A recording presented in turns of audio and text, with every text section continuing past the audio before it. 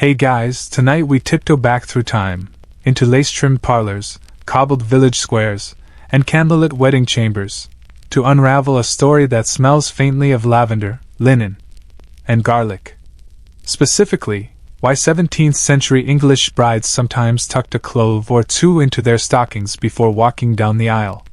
You wake before dawn in a drafty Suffolk cottage, toes curled under wool sheets, and your first conscious thought is, did I really just fall asleep next to garlic again?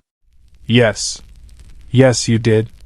One firm clove, tucked into the soft weave of your right stocking, resting snug against the hollow of your ankle like a stubborn little talisman. You stretch your legs under the covers and the clove shifts slightly, still secure. Good. Because today is your wedding day, and the last thing you need is for your right foot to be left spiritually unguarded. Or worse, to start smelling like onions. We all remember what happened to Cousin Elspeth. Now, this isn't just about superstition, though there's plenty of that. Garlic in the stocking, according to your grandmother, is 1/3 medicinal precaution, 1/3 romantic insurance, and 1/3 don't ask just do it tradition. It's said to protect a bride from foot rot, foot fraud, and foot-related marital disappointment, which, admittedly, is a category you didn't know existed. But tradition is tradition, and you are nothing if not thorough. So you swing your legs over the side of the bed and begin your pre-ceremony routine. It starts with a splash of rosewater to the face, cold enough to wake you, floral enough to convince the mirror you mean business. Next comes the undershift, a mercifully soft linen layer that smells faintly of rosemary, soot, and the last person to borrow it, probably Aunt Mavis, who still believes cod liver oil is a fragrance. And then, stockings. Hand-knit, of course. A warm off-white wool trimmed with a line of pale pink ribbon that matches your dress. You carefully slide your feet in, one at a time, right stocking first, careful not to dislodge your precious clove. It nestles itself like a tiny sleeping sentry just above your heel. You pause. Reposition it. It's now poking a little more assertively into your ankle, as if to remind you it's on duty. Fine. Let it poke. It's earned the right. With the stockings in place, you begin to layer on the rest: corset, chemise, overskirt, and, most importantly, your garland of dried herbs and flowers. Lavender for calm. Rosemary for remembrance. And thyme because it was there, and you liked the smell. As you fasten the bodice, you think back to what your grandmother told you, half-whispered during your betrothal dinner between spoonfuls of slightly burned carrot stew. Love, she said, is like garlic. It seeps in. It softens. And it lingers. You don't need much, but you'd notice if it was missing. You'd nodded at the time, mostly because she just waved a spoon in your direction and you were a little scared. But now you feel it. That curious mix of affection and apprehension that comes with preparing for a future you haven't read the ending of. The village is stirring outside. You can hear the market carts starting to roll across the cobblestones, the creak of wooden wheels and the unmistakable call of a rooster with questionable timing. A church bell tolls once, then again, as if to say yes, yes, this is happening, keep moving. You peer out the window and spot the baker's wife hanging a new banner across her doorway. Love is sweeter with yeast. She's very proud of that one. You've heard it sung as a folk tune and misquoted at least twice during courtship dances. But your thoughts return to the clove in your stocking. Why garlic? Some say it started with the Romans, who believed garlic gave soldiers strength, and brides, too, needed fortitude. Others point to medieval plague lore, where garlic was a kind of aromatic armor. A few whisper that it's a fertility charm, though that always sounded suspiciously like something invented by someone trying to sell garlic at inflated wedding prices. Historians still argue whether the bridal garlic tradition was rooted in spiritual symbolism, or just a pragmatic attempt to ward off foot fungus. Either way, it stuck. Literally and figuratively. And somewhere along the centuries, it turned into a ritual, unmarried women tucking clothes into their right stockings, never the left, because the left was, for some reason, considered the cursed calf. You once asked a local scholar to explain. He just muttered geese-related incident, and refused to elaborate. As you pull on your shoes, soft leather with tiny brass buckles, you feel the clove press firmly into your heel. It's not uncomfortable, not exactly. Just present. Like an inside joke with the past. Downstairs, someone knocks on the door. Probably your cousin again, here to check on the bouquet for the third time. You call out, "Just a moment," and pause to collect yourself. The mirror reflects someone new now. Not just a girl in a borrowed dress, but a bride. A garlic-footed, herb-crowned, slightly nervous bride whose heart is somehow both fluttering and full. You smile. One last glance. And then you open the door, clove in place, spirits high, and ready to see where this odd, fragrant path leads. You step outside into the light of a pale 17th-century morning, the kind of filtered sunshine that looks more like candlelight gently poured across the thatched rooftops. The dew hasn't yet lifted from the grass, and the world smells of bread, wood smoke, and, well, you? That is to say, garlic. Only faintly, but it's there. That soft, pungent perfume trailing subtly behind you as you walk toward the chapel green, like an invisible bridesmaid whispering, "She's prepared." As you make your way down the garden path, your stocking clove shifts slightly. Still nestled firmly above your heel, still guarding your future with quiet, aromatic vigilance. You pass the stone wall where the neighbor's goat sometimes stages small rebellions. This morning, it simply stares at you with an expression of mild approval. Or indigestion. It's hard to tell with goats. In the distance, you hear the rustling of skirts and the chatter of the bridal party preparing themselves into a state of shared panic. But for now, you're alone. You take your time, walking slowly past the herb beds your mother planted years ago, mint, sage, thyme, and one suspiciously large patch of marjoram that seems to expand each season like a conspiracy. You pause near the lavender bush and bend to pick a single sprig. Not because it's traditional. Because it's calming. Because you like the smell. Because it makes you feel like you have a little control in a world currently swirling with ribbons and expectations and one cousin who keeps loudly asking when the goat roast will be served. Tucking the lavender into your bodice, you keep walking, and your thoughts drift, back, naturally, to garlic. Your grandmother always insisted that the real reason brides wore it in their stockings wasn't protection or fertility, or even foot-based spellwork. No, she claimed it was about memory. That the sharpness of the scent anchored the bride to herself.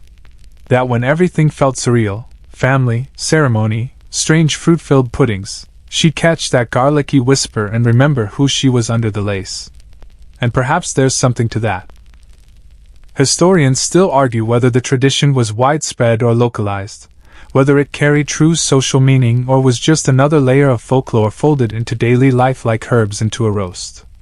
But personal accounts, scribbled into letters, tucked into almanacs, embroidered into the hems of old linens, speak of it often. Little clove charms. Brides walking carefully to keep the clove from falling out. Children stealing cloves and declaring themselves temporarily married to sheep. You hear a step behind you and turn. It's Elsie, the village seamstress's daughter and your closest companion in both childhood and the art of flower smuggling. She's clutching the bouquet, which currently looks less like a delicate bundle of romance and more like it's been in a gentle altercation with a hedgerow. "I may have trimmed it too enthusiastically," she says. "But in fairness, the thistles started it." You take the bouquet with a smile. "It's perfect. Did you hide the mint like we planned?" "Of course. Mint and a single clove." You raise an eyebrow. "For symmetry," she says. "Also because Aunt Beryl swore I'd be single forever if I didn't. And while I value independence, I don't want to risk spiritual foot neglect." You laugh. Together you cross the field where the village children have gathered to play their favorite wedding morning game, throwing flower petals at each other and yelling, "You'll never catch me, Reverend." The Reverend himself stands nearby, watching with mild disapproval and a faint smile, which is about as expressive as he gets unless someone plays the lute out of tune. Your uncle waves from the edge of the crowd. He's holding a large pot of something that smells strongly of vinegar and ambition. You make a mental note to avoid any food he personally serves. As you near the small stone chapel, the bells begin their slow, ceremonial ringing, measured and steady, like a heartbeat for the whole village. The doors are open, and inside you can just see the flicker of candlelight against the pale walls. You take a breath. Your stocking itches slightly where the clove presses against your ankle. It's there. Still. Still guarding. Still grounding. Still utterly uninvited to any formal part of the ceremony but refusing to leave, like a very polite, very determined chaperone. And somehow it helps. You pass through the archway, your footsteps echoing gently against the chapel floor. People rise. Heads turn. Someone sneezes discreetly. You walk past the rows of neighbors, bakers, goat wranglers, a suspiciously well-dressed turnip merchant, and the twins who once taught your dog to waltz. All of them here to see you marry someone you've somehow grown to love in that slow, unfolding way that 17th-century love often worked, through shared chores and exchanged pies and a steady confidence that neither of you will one day flee to France in pursuit of theater. Your soon-to-be husband stands at the front. He looks nervous in the way someone does when they've just realized their shoelaces are symbolic and possibly enchanted. You stand across from him, bouquet in hand, the lavender sprig brushing your collarbone. The Reverend begins to speak, solemn and slow. Your right foot tingles. And as the vows begin, your mind, just for a second, drifts back to the clove in your stocking. Quietly nestled. Softly pungent. An ordinary thing, really? But full of history. Of meaning. Of whispered warnings and old wisdom and more than a little humor. You grip the bouquet a little tighter. Because while everyone around you sees a bride in ribbons and lace, you know the truth. You're also a warrior. A healer. A believer in strange foot-based traditions. And this garlic? It's not just for luck. It's a quiet kind of power. The vows are spoken with gentle stammering and one entirely unexpected rhyme. Take thee as my wife, in turnip or in strife, which earns a sniffle from your aunt and a half-suppressed snort from someone in the back pew, likely your cousin Henry, who once tried to court a baker's apprentice using only vegetable metaphors. As the final blessing is given, you feel the full weight of the moment settle on your shoulders, not heavy, but warm, like a cloak made of tradition, anticipation, and just a trace of lingering garlic. The clove in your stocking has softened with the heat of the day and the hours of standing. It no longer jabs so much as leans, a companion to the end of ceremony. The congregation files out in a flutter of whispers and flower petals, and you step forward arm in arm with your new husband, whose palm is slightly damp, whose grin is slightly crooked, and who looks like he might faint if asked to give a toast. Outside, the bells ring again, and the village bursts into its own sort of celebration, half formal, half feral. Someone's brought a lute. Someone else, a goose. The reception is held in the meadow behind the church, a gently sloped stretch of wildflowers, low tables, and pie. Lots of pie. Pies shaped like hearts, pies filled with questionable meat, pies with crusts so delicate they tremble in the breeze like nervous bridesmaids. You sit beneath a canopy of linen strung between two apple trees, your feet tucked discreetly beneath your chair. The clove in your stocking is still there, still secure, still holding whatever faint energy your grandmother promised it would. You wonder briefly what it would be like to remove it now. Would the spell break? Would your marriage unravel like a poorly tied corset? No one warns you how much wedding conversation revolves around your ankles. You're approached by the baker's wife, who leans in with a conspiratorial wink. Still got it in there? She asks. You nod. Good. The longer you wear it, the longer the marriage lasts. Mine's been in a drawer since 1627. I take it out once a year to keep Harold in line. Then comes your childhood friend Dorcas, who opens with, "So is it true your clove has a name?" and doesn't wait for an answer before launching into a theory involving foot chakras, astrological spice alignments, and a beetroot-based love spell she swears accidentally turned her cousin into a surprisingly affectionate rabbit. The rest of the afternoon unfolds in a blur of cheerful small talk, slightly off-key music, and a bridal game in which someone attempts to balance an entire roast fowl on their head while reciting wedding vows backward. You're not sure who started this tradition, but you have strong suspicions it involved wine and boredom. You eat. You drink. You accept compliments on your dress, your hair, your pie selection. And always, just beneath the lace and linen and carefully chosen herbs, is that garlic clove, nestled in your stocking, oddly comforting. Later you slip away. Not far, just behind the hedge, toward the little wooden bench where you used to sit and read pamphlets about agricultural reforms you only pretended to understand. You lift your skirts delicately, settle onto the bench, and finally peel off your right shoe. The clove presses into your hand, softened but whole. Slightly squashed. Faintly scented. You hold it up to the sun, examining it like it might reveal something now that the day's ceremonies are over. It doesn't glow. It doesn't whisper. It doesn't transform into a tiny celebrant who congratulates you and offers life advice. It's just garlic. But still, you can't quite bring yourself to toss it aside. Instead, you wrap it in a corner of your handkerchief and tuck it into your pocket, feeling oddly like someone who's just hidden the key to a tiny, sentimental fortress. You walk slowly back toward the meadow, thinking about the stories behind this simple tradition. Historians still debate whether the custom was based in pagan practice, folk medicine, or early feminist resistance. Some claim it originated in Italy, where brides wore garlic wreaths to symbolize strength and independence. Others believe it was a clever way to keep wedding night expectations modest. Your grandmother had her own theory, of course, that garlic was the one thing too stubborn to be forgotten. That a clove in your stocking meant your feet would remember the road they'd taken, even when your heart was unsure. As you rejoin the party, the music shifts. It's time for the circle dance, the one where couples are expected to spin around each other until dizzy, then attempt to walk in a straight line while reciting the name of the village midwife 3 times fast. You find your husband, who has already taken off his shoes and is muttering something about heel blisters being an omen, and you take his hand. "Did you keep it in?" he asks, gesturing vaguely at your feet. You nod. He grins. "Good. Because mine fell out during the blessing and now I think I'm married to the bishop." You laugh. The circle forms. The music begins. And as the fiddles take up the tune, you dance. Not with perfect grace, not with professional flair, but with the loose-limbed joy of someone who knows her right foot is, in some small way, blessed. You stumble. He catches you. You spin. He wobbles. You both shout Madam Thistlewhip. Mid-step and earn a round of applause from the older guests who remember that time the midwife delivered twins using only tongs and a firm voice. The sky turns golden. The fireflies rise. And the last light of the day slips softly across your stocking, right leg only, where a faint clove-shaped imprint presses into the fabric like a seal.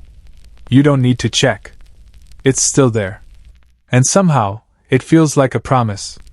The festivities carry on into the buttery golden hour, where the shadows grow long but the pies do not. Someone has already eaten the last rhubarb tart, possibly the vicar's wife, though she maintains an expression of such pure innocence it ought to be a crime. You nibble a bit of crust off your own plate, though your thoughts are elsewhere. Specifically, somewhere near your ankle. The garlic clove, now gently wrinkled and half-squashed, remains nestled in its woolly cocoon. You can feel it there, no longer pressing, just present. The way old habits sit on your shoulder even after they've served their purpose.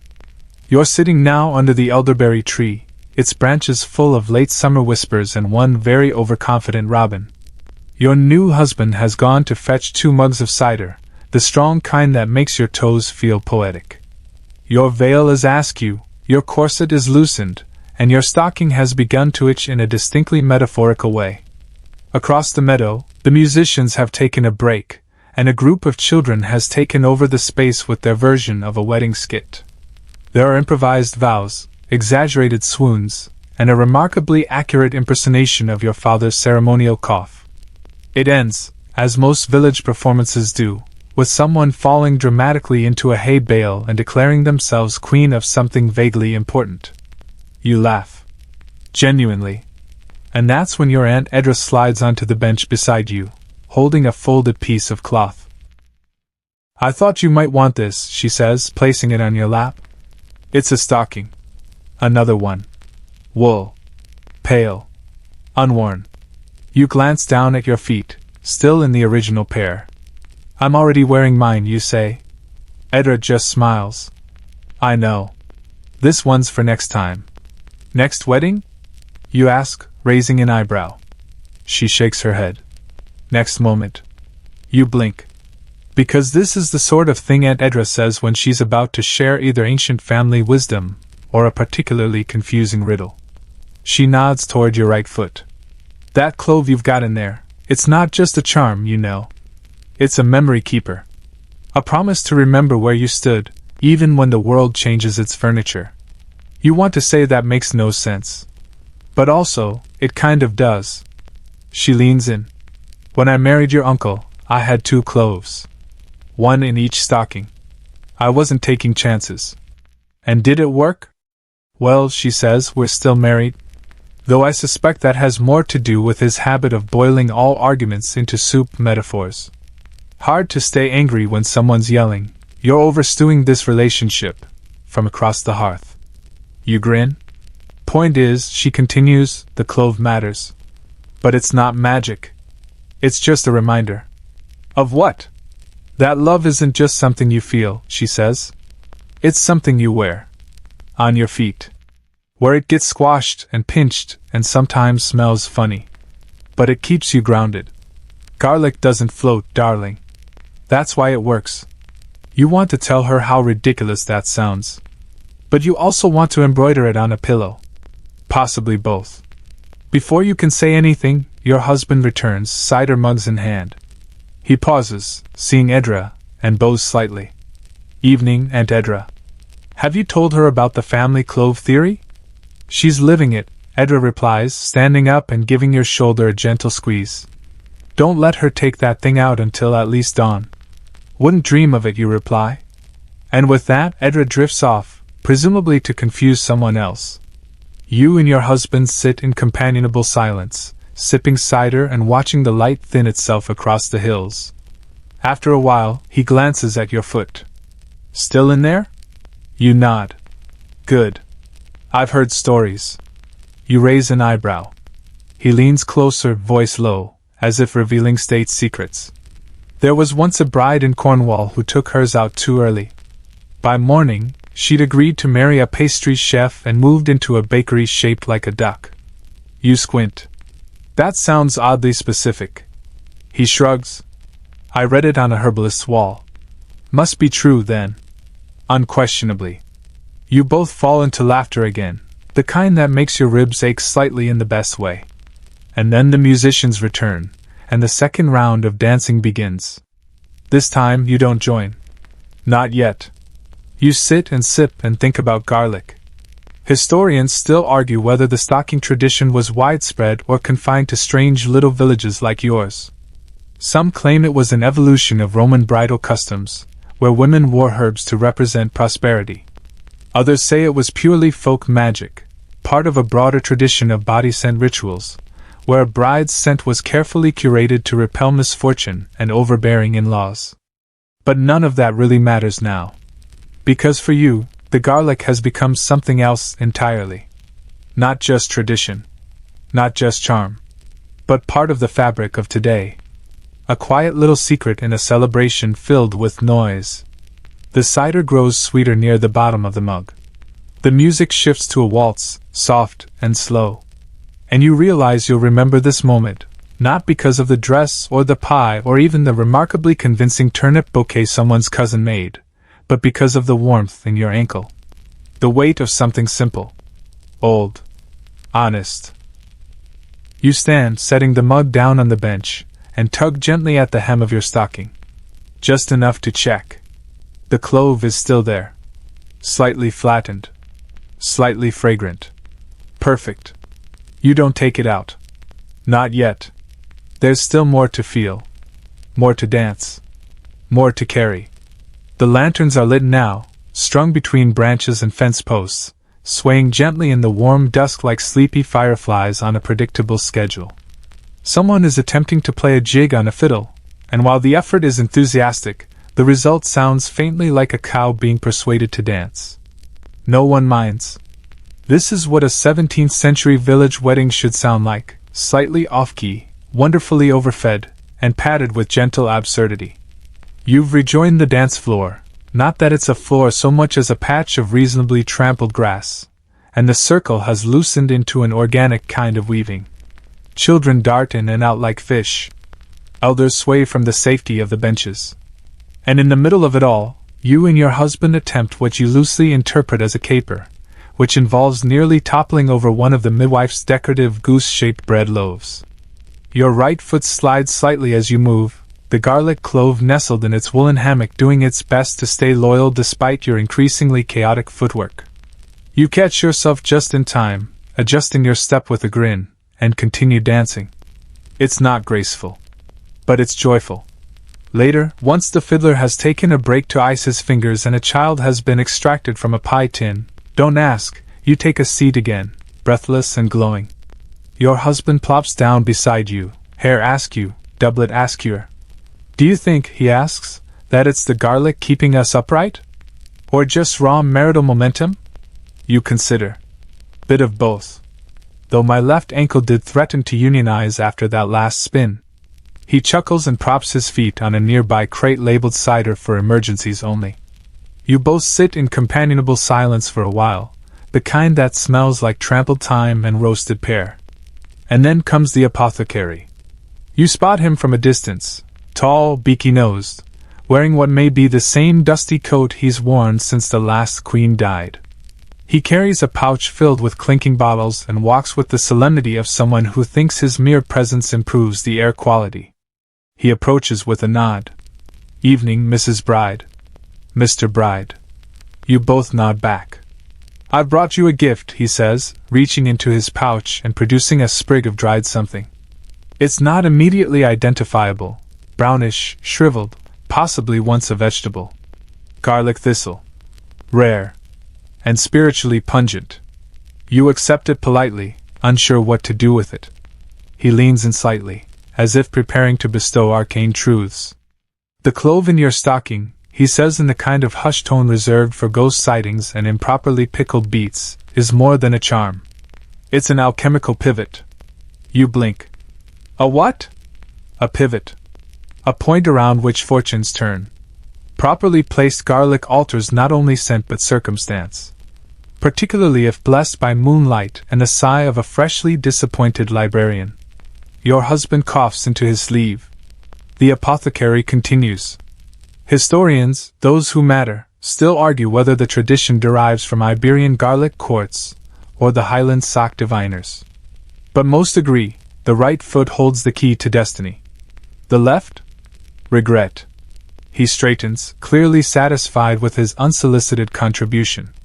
Thank you, you say, genuinely touched by the sincerity, if not the clarity. He nods, tucks the pouch back into his coat, and wanders off toward the cider table, where he begins a spirited debate with a jam maker about the correct application of dill. You tuck the garlic thistle into your bodice, where it crackles like old paper. Another charm, another layer. You're starting to feel like a walking apothecary shelf yourself, fragrant, meaningful, and slightly at risk of spontaneous herbal combustion. The sky is darker now, embroidered with stars. Somewhere, someone's cousin begins playing a slow air on a flute made from what might be a hollowed-out carrot. It's oddly beautiful. You lean your head on your husband's shoulder. He gestures down at your foot. Still there? You nod. He smiles. I think that's what I love most about you. You commit to strange things. Careful, you murmur. That could describe most of your relatives. And yet I married you. Pity. He chuckles and kisses your temple. Around you the party hums. The night is softening. The laughter grows lower, the music more like lullabies. Someone is passing around elderflower wine. Someone else has tripped over a duck. And you? You curl your toes inside your stocking and feel the reassuring bump of the clove. Still there. Still faithful. Still faintly fragrant. Your mind drifts again to the origins of it all. This odd custom, this slightly ridiculous bit of lore that now feels so natural. Maybe it did begin as practical foot care. Or maybe it was a way for women to claim a little bit of control in a world that rarely let them. Maybe the garlic was a secret, tucked away, known only to the bride, a whisper against the expectations of perfection and grace and silken obedience. Maybe it was simply funny, and useful, and quietly powerful, like most traditions worth keeping. Historians still debate whether such folk customs were superstition, resistance, or just someone having a laugh at the local wedding planner's expense. But standing here, or rather sitting here in a chair that may or may not be sinking into a molehill, you find yourself less interested in where it came from, and more grateful that it's here. You reach down, pat your ankle gently. The clove presses back, as if to say, still with you. And you smile. Because even the smallest rituals, especially the odd ones, have a way of anchoring us. Reminding us that we're not alone in this strange journey called love. That we come from a long line of garlic-footed brides, stubborn traditions, and dancing into the night with our shoes slightly askew. And as the music continues, and the moonlight gathers in puddles at your feet, you realize something simple and soothing. You don't need to understand the magic for it to work. You just have to walk with it. One garlic-scented step at a time. At some point past midnight, when the pies are reduced to crumbs, the fiddler has taken to humming instead of playing, and half the guests are either napping in hedgerows or attempting to reinvent chairs by lying on barrels. You and your husband slip away. Not dramatically, not even stealthily. Just quietly. As if the night has given its blessing for your departure, with a nod and a wink and perhaps a yawn. You walk hand in hand through the still warm grass, past the old millstone and down the familiar track toward home. The lantern you carry swings gently, casting slow-moving shadows that dance across your sleeves and flicker over the wildflowers blooming defiantly in the ditches. Your steps are soft but steady, even with the aching arches from a long day's standing, walking, twirling, and yes, garlic guarding. Your stocking is still snug, your clothes still tucked safely into place, and though you're bone-tired and slightly wine-drowsy, there's something about that little lump at your ankle that makes you feel oddly awake. Not alert, precisely, but aware. Grounded. Like your foot knows something your head is too tired to articulate. Does it feel any different? Your husband asks as you walk past the leaning fence that once tried to become a gate but gave up somewhere in 1632. The garlic? He nods. You pause. Feels warmer. A little flattened. Heroic, if anything. He chuckles. Mine never stood a chance. I think it panicked around the roast pheasant. You reach your cottage, your shared cottage now, though nothing about it has changed except the awkwardly painted Just Wed sign hanging from the herb rack. You unlock the door with a wooden key that's not even remotely necessary. Your door has never locked, but tradition's tradition, and step into the dim comfort of your small, well-lived-in home. Inside smells like thyme, wood smoke, and something faintly sweet, probably the last of the honey cakes left cooling on the hearth. The fire's low but still glowing, and the cat, unimpressed by marriage or celebration, lifts his head slightly, then promptly goes back to ignoring you. You ease out of your shoes, and for the first time all day, sit with both feet tucked beneath you. The clove has done its duty. You could remove it now. Loosen the stocking, peel back the wool, hold the garlic in your palm like some tiny domestic relic. But you don't. Not yet. Instead, you unpin your hair, let it fall over your shoulders, and reach for the blanket draped across the bench beside the hearth. Your husband, having removed precisely one boot and given up halfway through the second, is already dozing upright with a smile that suggests dreams of pie. You glance around the room, the kettle hanging quietly, the herbs dangling from their strings, the wedding ribbon tossed across a chair like a faintly scandalized guest, and feel something close to perfect peace. And in that moment, with the fire whispering in the grate and your stocking warm against your ankle, you remember one of the oddest things your grandmother ever told you. Garlic, she'd said, while rolling dough and threatening a spoonful of treacle, reminds you not to drift too far into your own romance. You'd blinked. She went on, not every day is lace and lavender. Sometimes it's mud and muck and someone forgetting to fetch turnips. And on those days, when you're tempted to wander off into fantasy, garlic drags you back by the foot. You'd laugh then. But tonight you get it. This tradition, It doesn't just protect or purify or whisper old superstitions. It anchors. It humbles. It tickles your ankle during the ceremony and nudges you when you're dancing too wildly and stays with you, quiet and warm, even after the guests are gone and the fire is low. Historians still argue whether the practice was more symbolic than functional, if garlic in the stocking was a metaphor, a joke, or a hygienic recommendation disguised as romance. But they all agree on one thing: the women who wore it rarely forgot the day they did. Your fingers drift down toward your ankle, touch the edge of the wool, press gently against the shape of the clove. Still there. You smile and stretch your legs out toward the fire, letting the warmth lap at your toes. Did we do it right? Your husband mumbles from the bench. You glance over. The wedding? No, he says sleepily. The garlic. Did we wear it long enough? You snort softly. We wore it exactly as long as we needed to. Any longer, and we'd risk becoming pickled. A pause. Then a chuckle. You're wise. I'm garlic-scented. It's close. He laughs again, then settles in deeper, one hand dangling off the bench, the other resting near the cat's tail. Dangerous territory, but he lives boldly. You lean your head back against the stone wall, staring up at the wooden beams above, where two spiders appear to be reenacting your wedding dance. With slightly better rhythm. And there it is again, that slow sense of satisfaction. Not flashy. Not swooning. Just solid. Like a foot pressing gently into the earth. Like a clove hidden in a stocking that you almost forget is there until you remember how much you'd miss it if it were gone. You think about taking it out. You even start to reach. But then you pause. Because maybe, just maybe, you want to wake up tomorrow still wearing it. To walk through your first morning as a wife with your foot still cradled in yesterday's charm.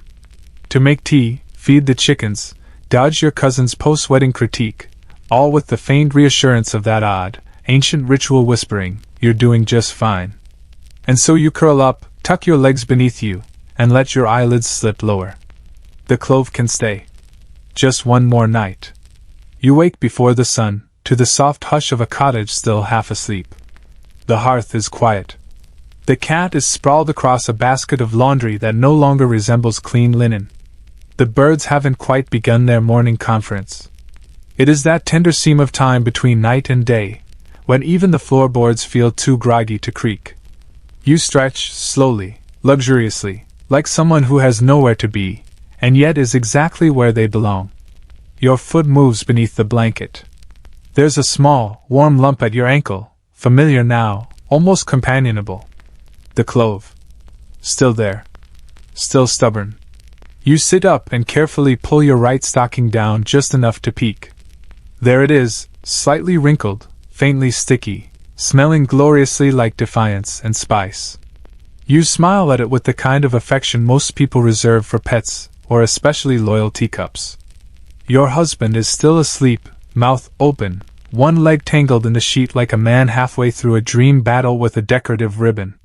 You tiptoe to the hearth, set the kettle over the coals, and begin preparing breakfast, quietly, reverently, as though the eggs might gossip if disturbed too soon. By the time the tea is steeping and the sun begins to bleed through the shutters in thin golden stripes, you've pulled your boots on and decided to go out. Not far. Just down the path. To stretch your legs, and maybe, just maybe, give the garlic one final triumphant stroll. The dew clings to the grass in silver droplets, and every step you take feels meaningful. Not because of where you're going, but because of what you're carrying. In your stocking. In your heart. The village is still asleep, save for a few early risers. You nod to the miller's wife, who's already elbow-deep in flour. She raises a brow and calls softly, "Still wearing it?" You lift your hem just a fraction in reply. She gives a knowing grin and mouths, "Bless be." Further along, the baker waves from his window. Your aunt says to boil it when you're done. Makes excellent broth. You're not sure that's scientifically sound, or even appetizing, but you file it away nonetheless. You walk the perimeter of the green, past the chapel now empty of flowers, the benches slightly askew from the night before. A crow hops along the stone wall, eyeing you suspiciously, as if guarding some piece of wedding gossip it's not yet ready to share. You reach the stream that winds around the back of the village, the one where children paddle in summer, and where old Mrs. Fennel insists she once saw a trout spell out a marriage proposal in bubbles.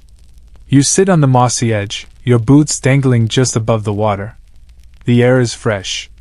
The garlic presses faintly against your ankle. You take a long, deep breath. This is when you remember another bit of family lore. Your great-uncle Hubert, who once tried to turn his chimney into a weather station, insisted that garlic at weddings had less to do with evil spirits and more to do with anchoring souls. Marriage, he said, is a leap into the clouds. You'll need something earthy to keep you from floating away. Historians still debate this, of course. Some believe the garlic in the stocking tradition was just a footnote, literally, in the broader book of bridal preparations. Others argue it was deeply symbolic, tied to agrarian fertility rites or to the misunderstood medicinal practices of early modern women. A few radical theorists suggest it originated from a single very nervous bride who happened to have garlic in her pocket when asked to stand for her vows. Regardless of origin, the ritual has stuck. Quietly. Lovingly.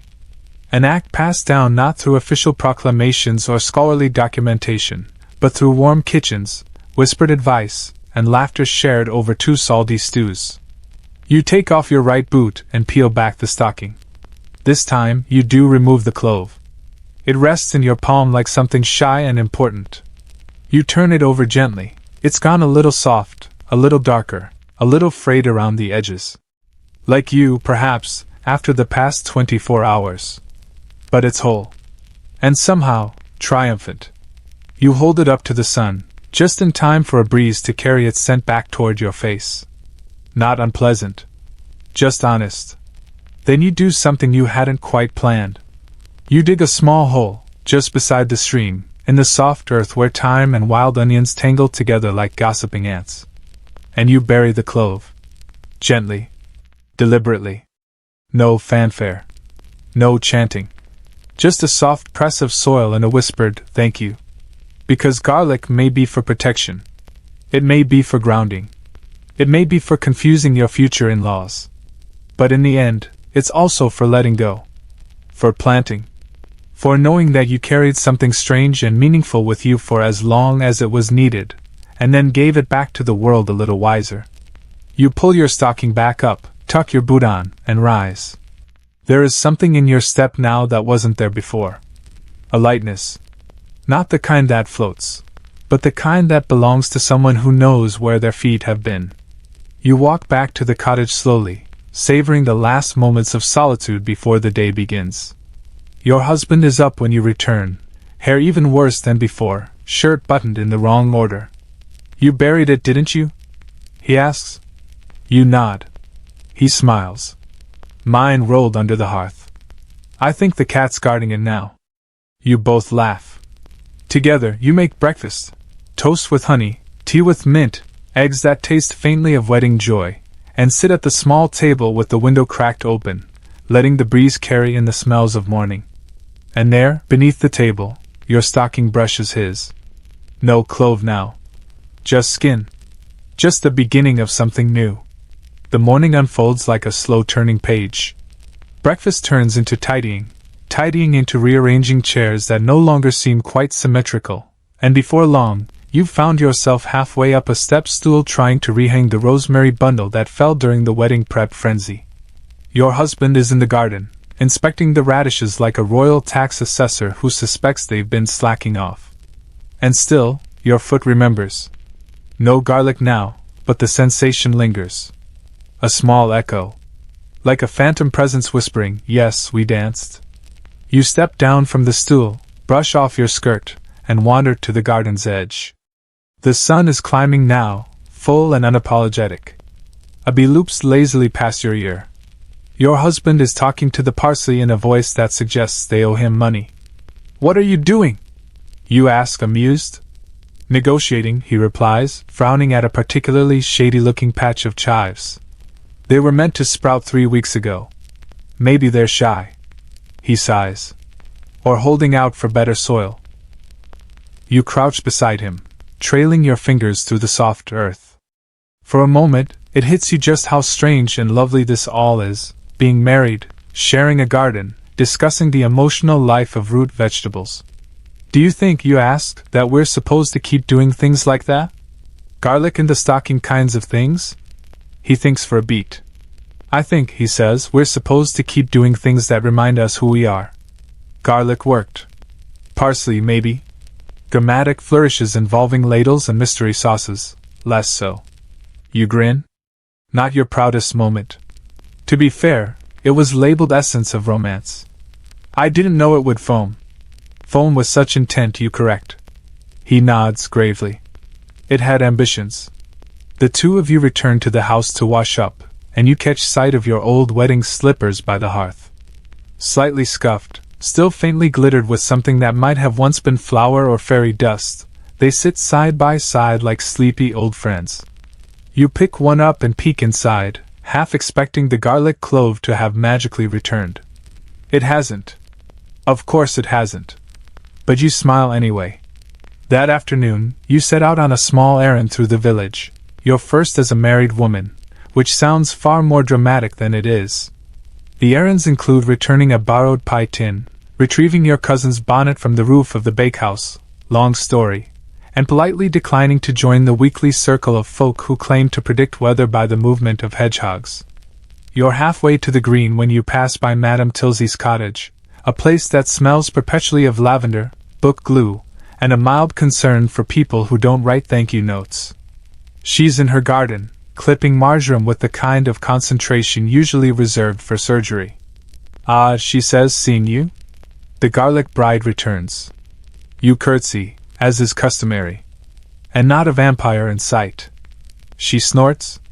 "Well, you've still got your reflection, so I suppose it worked." Madame Tilsey invites you in for tea.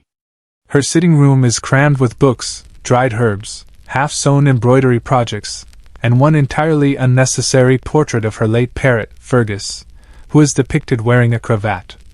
You sip rosehip tea and watch as she rummages through an old chest at the back of the room. "I've something for you," she murmurs. You brace yourself. With Madame Tilsey, gifts range from the arcane, a bottle labeled for regrets, to the aggressively practical, a hat made entirely of dried mint leaves. But what she pulls out is simple, a length of wool stocking ribbon, dyed soft green, embroidered with tiny garlic bulbs and silver thread. "It's for your next clove," she says. You blink. "You mean I'm expected to?" "Not necessarily for weddings. Life has plenty of moments worth garlicking up. Big decisions. Travel. Market haggling.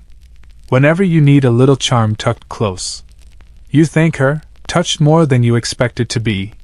She waves you off, muttering something about needing to repot her sage before it stages a coup. On your way home, you loop the ribbon around your wrist, letting it trail gently in the breeze. It flutters like a secret. Not flashy. Not loud. Just there. That evening, as the sun dips low and the garden begins to hum with dusk song, you and your husband sit on the back step, bowls of stew in hand, watching as the sky softens into the color of faded apricots. He gestures at your wrist. "New fashion?" You nod. "Madame Tilsey's doing. Looks like it could ward off dramatic geese." It probably could. Or at least startle them into behaving. He grins, then sobers slightly. "Do you miss it?" You tilt your head. "Miss what?" "The clove." You pause. "I miss what it made me feel," you admit. "Like I was stepping into something ancient. Bigger than me. Like all the brides before me were walking beside me, tugging at their stockings and whispering, 'Don't trip over the aisle runner.'" He laughs. "You didn't." "I nearly did. Twice. Still counts." You finish your stew, watching as the first stars wink into being. Somewhere nearby, a nightjar begins its song, low, rhythmic, soothing. You wonder briefly whether it, too, ever tucked garlic into its feathers. Just in case. And even though your stocking is empty now, your foot still remembers. Still tingles faintly when you move it. Still believes in the charm, even if the charm has been buried by the stream and possibly adopted by a hedgehog. You glance down and smile at your toes. "Tomorrow," you say quietly, "I think I'll wear the ribbon, Your husband nods. Maybe I'll wear one too. Around my big toe. Bold. Fashion forward. You'll start a trend. He leans his head on your shoulder. The sun dips below the hill. And your foot, bare but never quite alone, stretches forward, ready for whatever steps come next. The next morning, you do wear the ribbon. Not in your stocking, though the temptation is real, but around your wrist, as Madame Tilsey suggested. You loop it twice, tie it in a small, stubborn knot, and smooth the silver-stitched garlic bulbs until they catch the light just so. It doesn't match anything you're wearing, and that feels exactly right. Charms don't need to match, they just need to remind.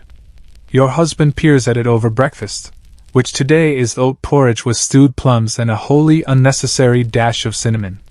You know, he says thoughtfully, I think the garlic worked because you believed it would. You spoon up a plum and raise an eyebrow. Are you implying it was a placebo clove? Placebo-ish. More like foot-based optimism. You lean back in your chair. So, what you're saying is, if I truly believe in this ribbon, I could possibly negotiate better prices on turnips. At the very least, fewer suspicious glances. Turnip merchants are brutal. They smell fear. The conversation lingers, light and comfortable, as you finish your porridge and begin preparing for your next small mission, organizing the leftover wedding garlands. This might sound like a task designed purely for procrastination, but in truth, it's a sacred duty. Village weddings operate under the unspoken rule that any leftover florals must be redistributed before they wither, or else risk becoming cursed with soggy symbolism. So you gather the ivy swags, the rosemary bundles, and a particularly enthusiastic bouquet that smells like 3 herbs competing for dominance. Into your basket they go, each one destined for a neighbor who either helped, gossiped constructively, or at the very least, refrained from asking whether your cousin Gertrude would ever remarry. As you make your rounds, the ribbon dances from your wrist, drawing the occasional glance. At the baker's, he eyes it warily. That from Tilsey? You nod. He purses his lips. I wore one once. Garlic vine pattern. My sourdough was too sour for a month. At the weaver's, she claps her hands. Oh, the bride's charm. My great-aunt swore by it. Wore hers until it unraveled and turned into a love letter. How does ribbon become a love letter? She embroidered her feelings into it every morning. Left it under her husband's pillow. He was illiterate, poor thing, but he swore it improved his dreams. Down at the green, you stop by the well, where 2 village girls are playing a game that involves balancing pebbles on their knees while reciting rhyming insults. Garlic bride. One of them shouts when she sees you. Are you gonna put the ribbon in your sock next? You smile. Only if my ankles get sentimental. They giggle and return to their game, launching into a chant that includes the phrase onion toes and parsley woes. Catchy. You pass Tilsey's cottage again, but she isn't outside today. Her curtains are drawn, and a sprig of rue hangs on her door, her way of saying not today, dears. Brewing something that requires silence, and probably a mild explosion. By early afternoon, your errands are done, and you settle on a bench near the edge of the orchard, where bees hum around the apple blossoms and the wind feels like someone slowly exhaling the scent of April. And for the first time in days, you sit without anything to plan. Without a clove in your stocking. Without a speech to remember or a tart to dodge. Just you, your breath, your ribbon, and a slight garlic-scented echo in your bones.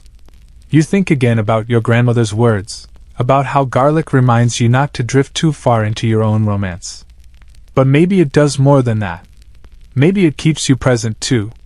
Because love, as you're learning, isn't just about vows or feasts or dancing until your knees forget their job description. It's about presence. Being here. Noticing the steam from your tea. The twitch in your husband's left eyebrow when he's planning something mischievous. The way the ribbon on your wrist feels slightly cool, then slowly warms to your skin. Historians still argue whether bridal garlic charms were ever meant to last beyond the wedding day. Some say yes, it was worn for a week, until the first hearth firing as a married woman.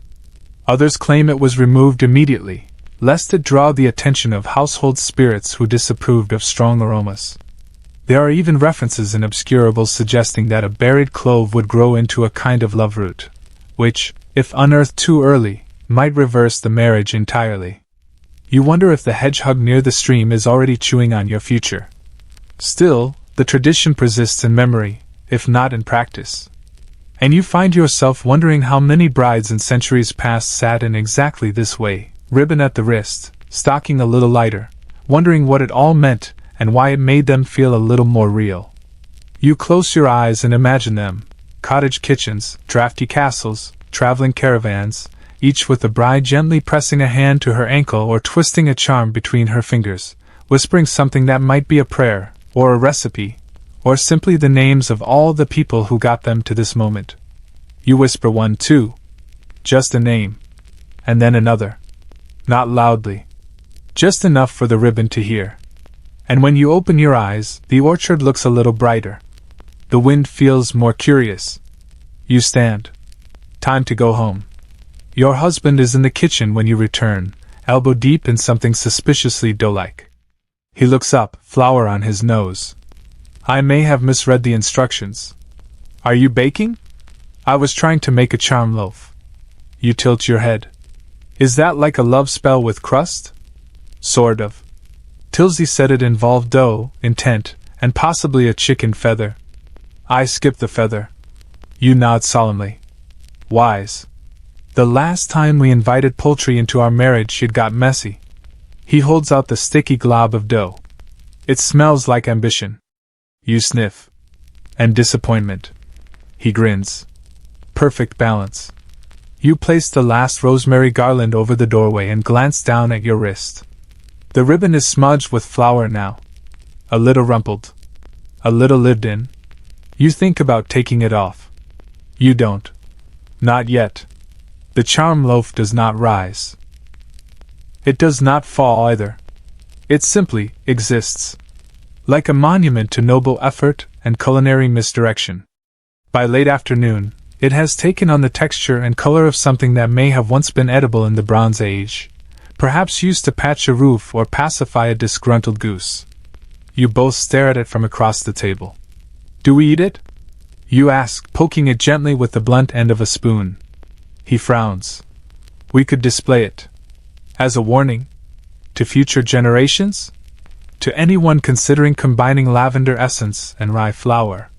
You end up placing it on a saucer beside the back door, where it instantly attracts the attention of a passing toad. He hops onto it, settles in, and closes his eyes like someone who has finally found the world's flattest ottoman. Well, your husband says, hands on his hips, someone's blessed now. You smile, tuck your flour-dusted ribbon more snugly around your wrist, and return to the task of folding linens that have somehow multiplied overnight. It seems married life comes with a mysterious uptick in tablecloths, napkins, and inherited pillowcases embroidered with suspicious initials. Mid-fold, you pause. There's a letter. Not a fresh one. It's clearly been hiding in the drawer for weeks, buried beneath a stack of guest towels that have never hosted a guest. The envelope bears your name, in your cousin Eulalie's unmistakable handwriting, flourished, ambitious, and just a little overconfident in its use of ink. You open it carefully, bracing for whatever nonsense Eulalie has concocted this time. Last time, she sent a recipe for everlasting fidelity stew, which called for 3 leeks, 1 eel bone, and a pebble that had witnessed a wedding. Inside is a folded page and something small wrapped in cloth. You read the note aloud. Dear bride. Enclosed is a little something passed down from my own wedding day, which went precisely 3 weeks before Harold accidentally dyed our goat purple. This charm helped me sleep through the night, despite the banjo duel and the collapsed dessert table. It's not garlic, but it's related. With love and confusion. Eulalie. You unfold the cloth to reveal a single, dried shallot. You stare at it. Your husband leans over. Is that? Yes. He nods. Feels vaguely spiritual. It's definitely got a presence. You place the shallot next to the garlic loaf, Toad still seated atop it, blinking with mild approval, and make a mental note to consult Tilsey about the spiritual ranking of alliums. The rest of the afternoon passes in a blur of small joys, washing the good mugs, sweeping the front stoop, rearranging the herbs above the hearth into categories of usefulness versus dramatic flair. You find a sprig of lemon balm that smells like an apology, and tuck it behind your ear, just in case. Later, you step outside for air. Evening is settling in. The sky shifts from lemon to lavender to a shade of blue that feels like velvet you're not allowed to touch. The wind stirs the chimes made of old forks and glass buttons, and for a moment, the world hums. You walk to the garden and notice, with a quiet flutter of surprise, that something has sprouted near the rosemary bed. Tiny green shoots. Unmistakably garlic. You blink, crouch, and run your fingers over the shoots, marveling at their boldness. But I didn't, you begin. And then you remember. The clove you buried by the stream. And then you remember your husband's baking attempt. The one where he confessed to maybe using the wrong spice jar. You stand slowly, piecing it together. Did he bake part of our marriage charm into a loaf? You glance toward the back door, where the loaf remains, slightly concave and now serving as a towed condominium. Does that count as ritual transference? Historians would be furious at the inconsistency. They still argue whether early domestic charms required follow-through or if symbolic intent was enough. There are cases on record of brides who tossed their garlic into a fire and still claimed decades of bliss, and others who kept theirs in silk pouches under their beds until it crumbled into myth. You smile. Because whatever rules you were supposed to follow, you and your husband have apparently created a new one. Plant what you can, laugh when it grows sideways, and let the toads have the leftovers. You walk back inside. He's dozing on the bench again, this time with a cookery book open across his chest titled Romance in the Root Cellar. Intimacy through pickling. You ease the book aside, plant a kiss on his forehead, and let him sleep. Then you take your ribbon wrist, raise it slightly, and whisper to no one in particular. Garlic, guide us. Because why not? If you can believe in vows and toe-blessed bread, you can believe in that. You light a candle and sit by the hearth, watching its flame dance and flicker in the soft twilight. The ribbon glows faintly in the glow, less like an accessory now, and more like a thread through time.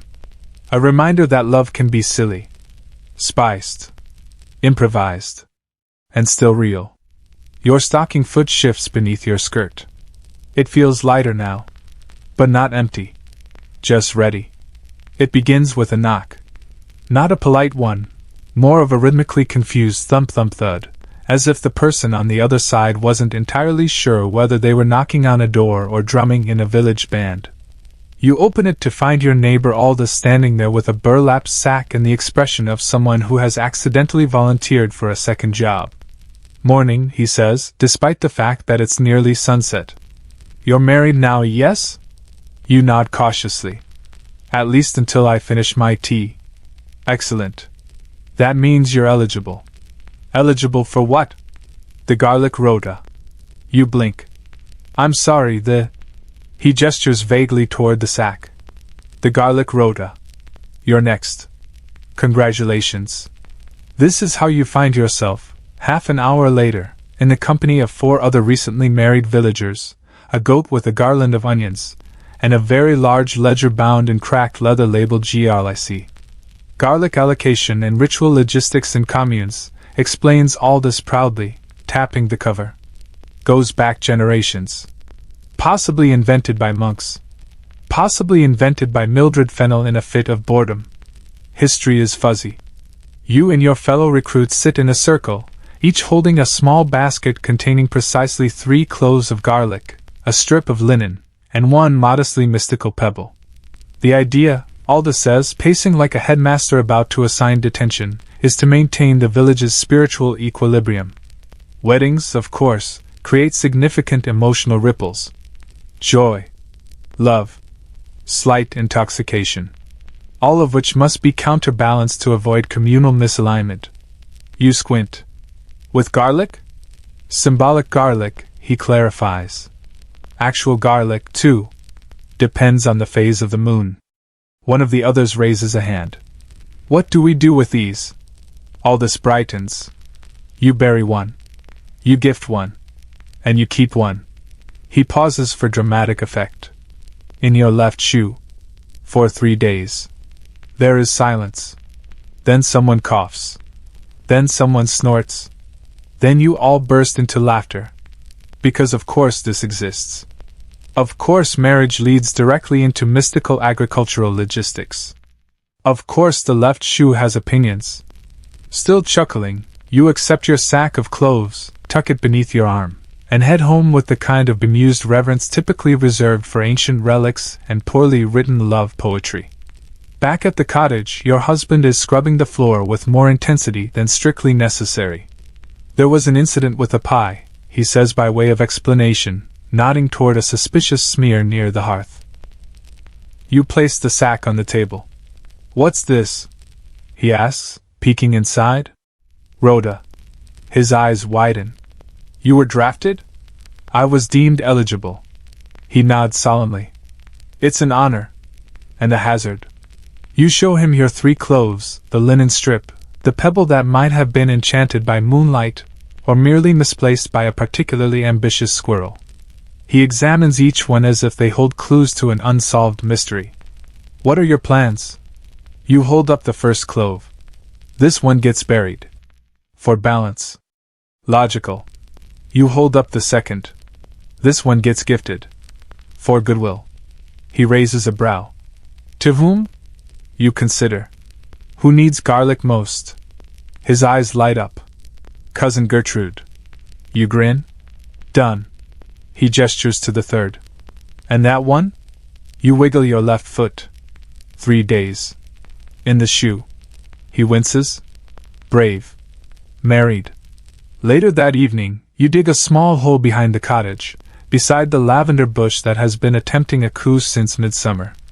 You place the clove inside, along with the pebble, because why not, and whisper a few words that aren't exactly sacred but feel heartfelt.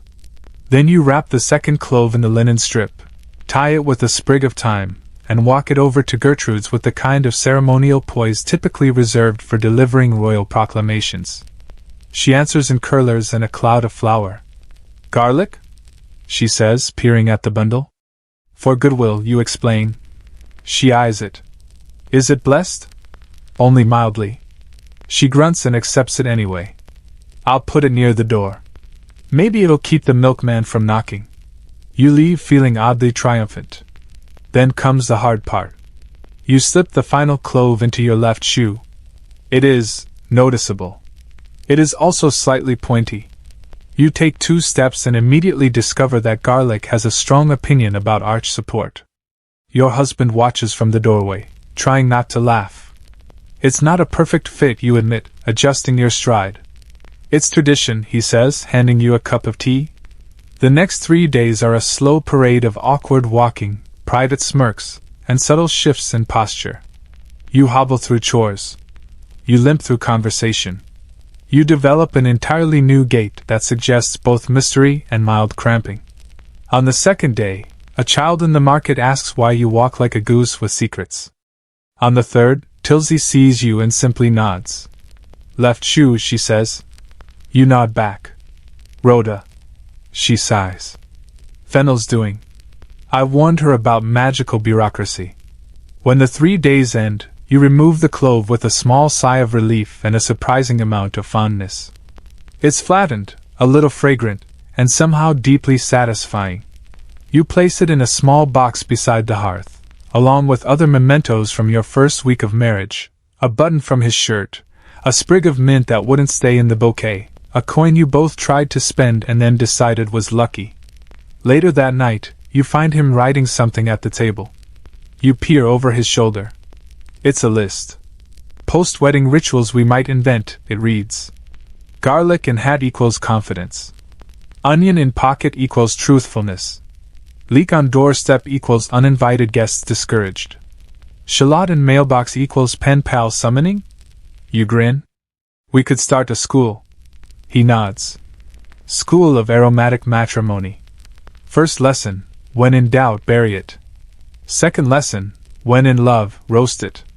You laugh and curl up beside him on the bench, the ribbon at your wrist trailing softly across your lap.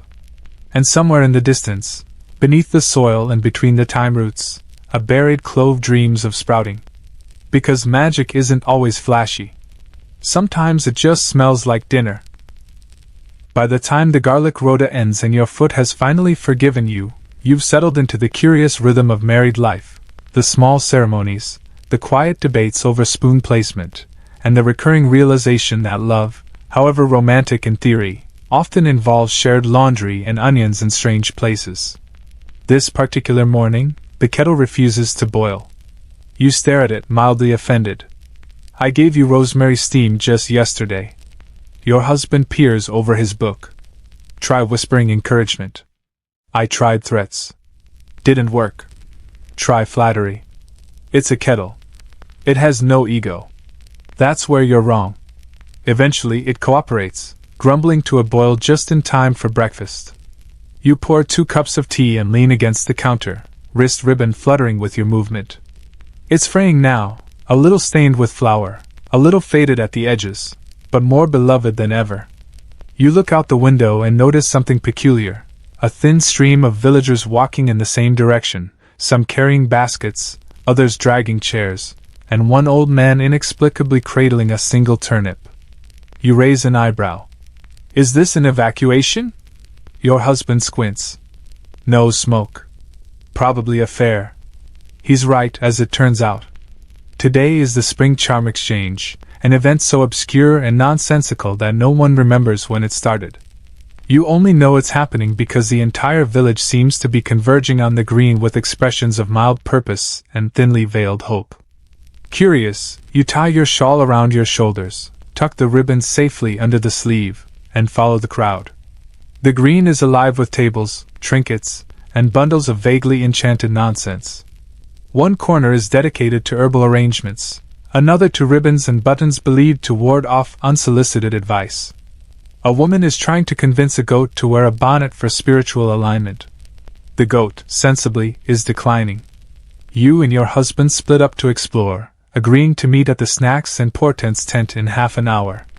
You meander past a trio of elderly women examining charm soaps carved with rude little blessings. This one guarantees a dreamless night, says one.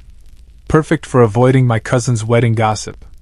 Next, you find yourself drawn to a table manned by a wide-eyed apprentice herbalist who offers you a pouch of dried nettles and a solemn promise that they encourage gentle honesty in footwear-related conversations.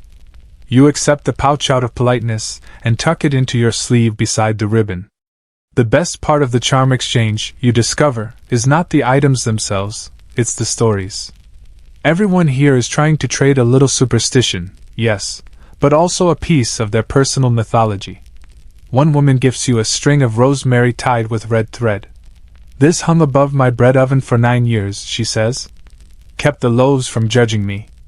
An elderly man hands you a charm carved from applewood. It's supposed to bring clarity, he says. Didn't help me pick a wife, but it kept the foxes from stealing my socks. You tuck each item into your basket, feeling like a collector of very soft, very strange spells. Then, at a small stall tucked between the button whisperer and the tea leaf interpreter, you see it. A ribbon, soft green, nearly identical to your own. But this one is embroidered not with garlic, but with tiny shallots and a single lemon wedge. You pick it up. The seller, a girl barely out of childhood, leans forward. That one's for people who've already married, she whispers, eyes wide. It's for the after. You tilt your head. What's it do? She shrugs. Depends. Some say it keeps things interesting. Others say it repels boredom. One person said it improved their stew. You smile and buy it on the spot. Back at the snacks and portents tent, your husband is sampling a biscuit with an expression of wary delight. I think this one knows my secrets, he says. You show him the ribbon. Fancy an upgrade? He teases. Consider it a side quest. That evening, you hanged a new ribbon above the hearth, beside your original garlic one, now retired from wrist duty and slightly frayed with pride. Do we believe in all this? Your husband asks as you sit together near the fire. You take a sip of tea. Not really. Then you lean your head against his shoulder. But I like that other people do. He nods. There's something comforting in it. You mean the idea that a carved clove of soap can keep your marriage happy? No. I mean the idea that someone once believed it so hard, they gave it to someone else. You fall silent, letting the fire crackle. After a long pause, he adds, also, I think that goat cursed me. You snort into your tea. You don't bury any clothes that night. You don't hide onions in the drawer or chant softly to your linens. You just sit together. Two people. Slightly bewitched. Slightly ridiculous. Completely content.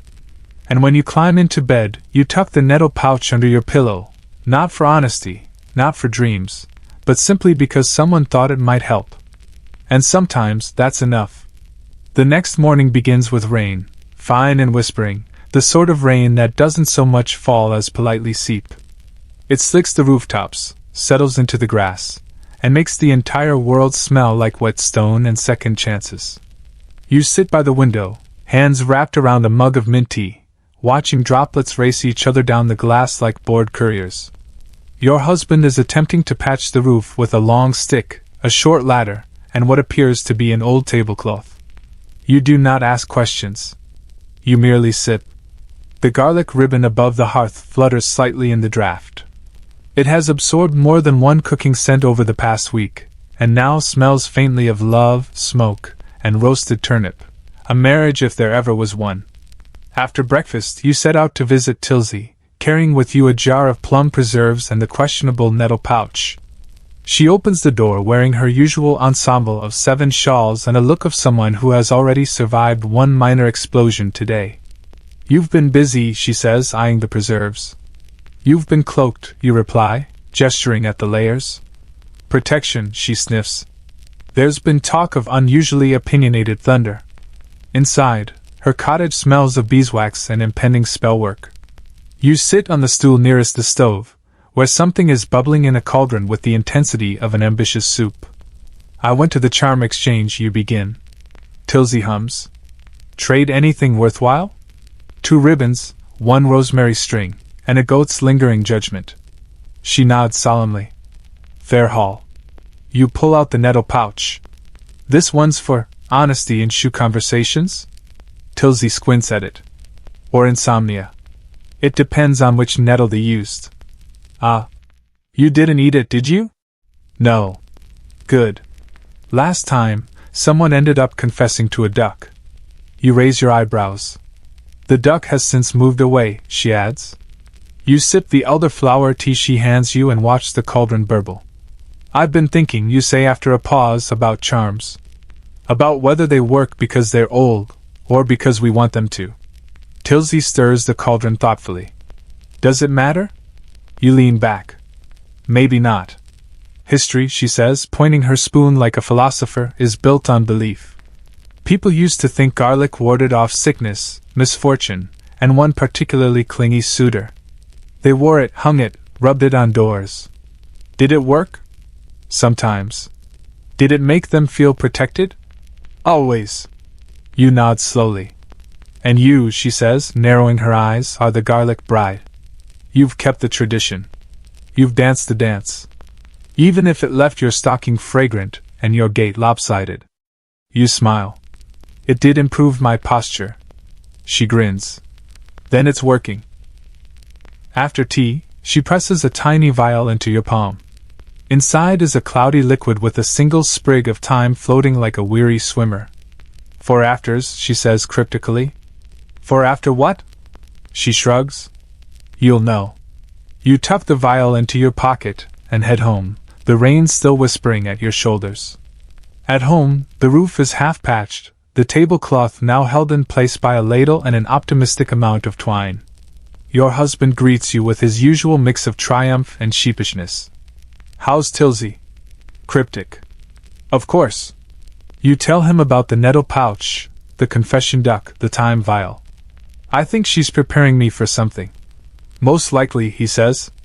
Or she's just cleaning her shelves. You settle into an afternoon of small repairs, rest-stitching a cushion cover, oiling the hinges of the spice drawer, rediscovering a long-lost wooden spoon that had been hiding behind the flour bin like a fugitive. At one point, you pause to admire the hearth ribbons. The original, garlic-stitched and memory-heavy, now hangs beside the newer one with shallots and lemon thread. They move ever so slightly in the draft, swaying like they're whispering to one another. You can almost hear them. Later that evening, after stew and quiet music and a moment of arguing gently over who gets the last dumpling, you win, but only by invoking garlic diplomacy. Your husband surprises you. I wrote a poem, he says, rubbing the back of his neck. You blink. A poem? He nods, suddenly shy. Would you like to? He clears his throat, dramatically. Ode to the bride with fragrant feet, he announces. You snort immediately. He holds up a hand. It's serious. You fold your hands. Proceed. She walked with garlic in her shoe, with ancient charm and humble hue, each step a prayer, each toe a plea, for love, for laughs, and mild ennui. You dissolve into laughter by the third line. He grins. I have more. Save them, you say? Publish them. Terrify the literary world. You fall asleep that night curled close, the poem echoing softly in your mind. And perhaps, as your dreams arrive, they smell faintly of garlic and thyme and the kind of laughter that only lives in kitchens and poems written without warning. In your sleep, your stocking foot twitches once, lightly, as if remembering how it felt to dance with something powerful and ridiculous tucked close. And outside the window, the rain fades, leaving behind the fresh scent of possibilities. The next morning, the weather has turned. Gone is the gentle drizzle, replaced instead with that clear, crisp brightness that only arrives after a long, sleepy rain. Everything looks freshly laundered by the sky. The shutters gleam. The paths sparkle. Even the scarecrow in the garden seems to stand a little straighter, as if he, too, got a solid 8 hours of rest.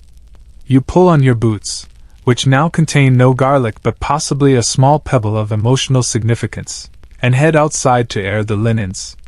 Your husband is already at the hedge, muttering to it with the sort of solemnity usually reserved for sacred rituals or extremely stubborn jam jars.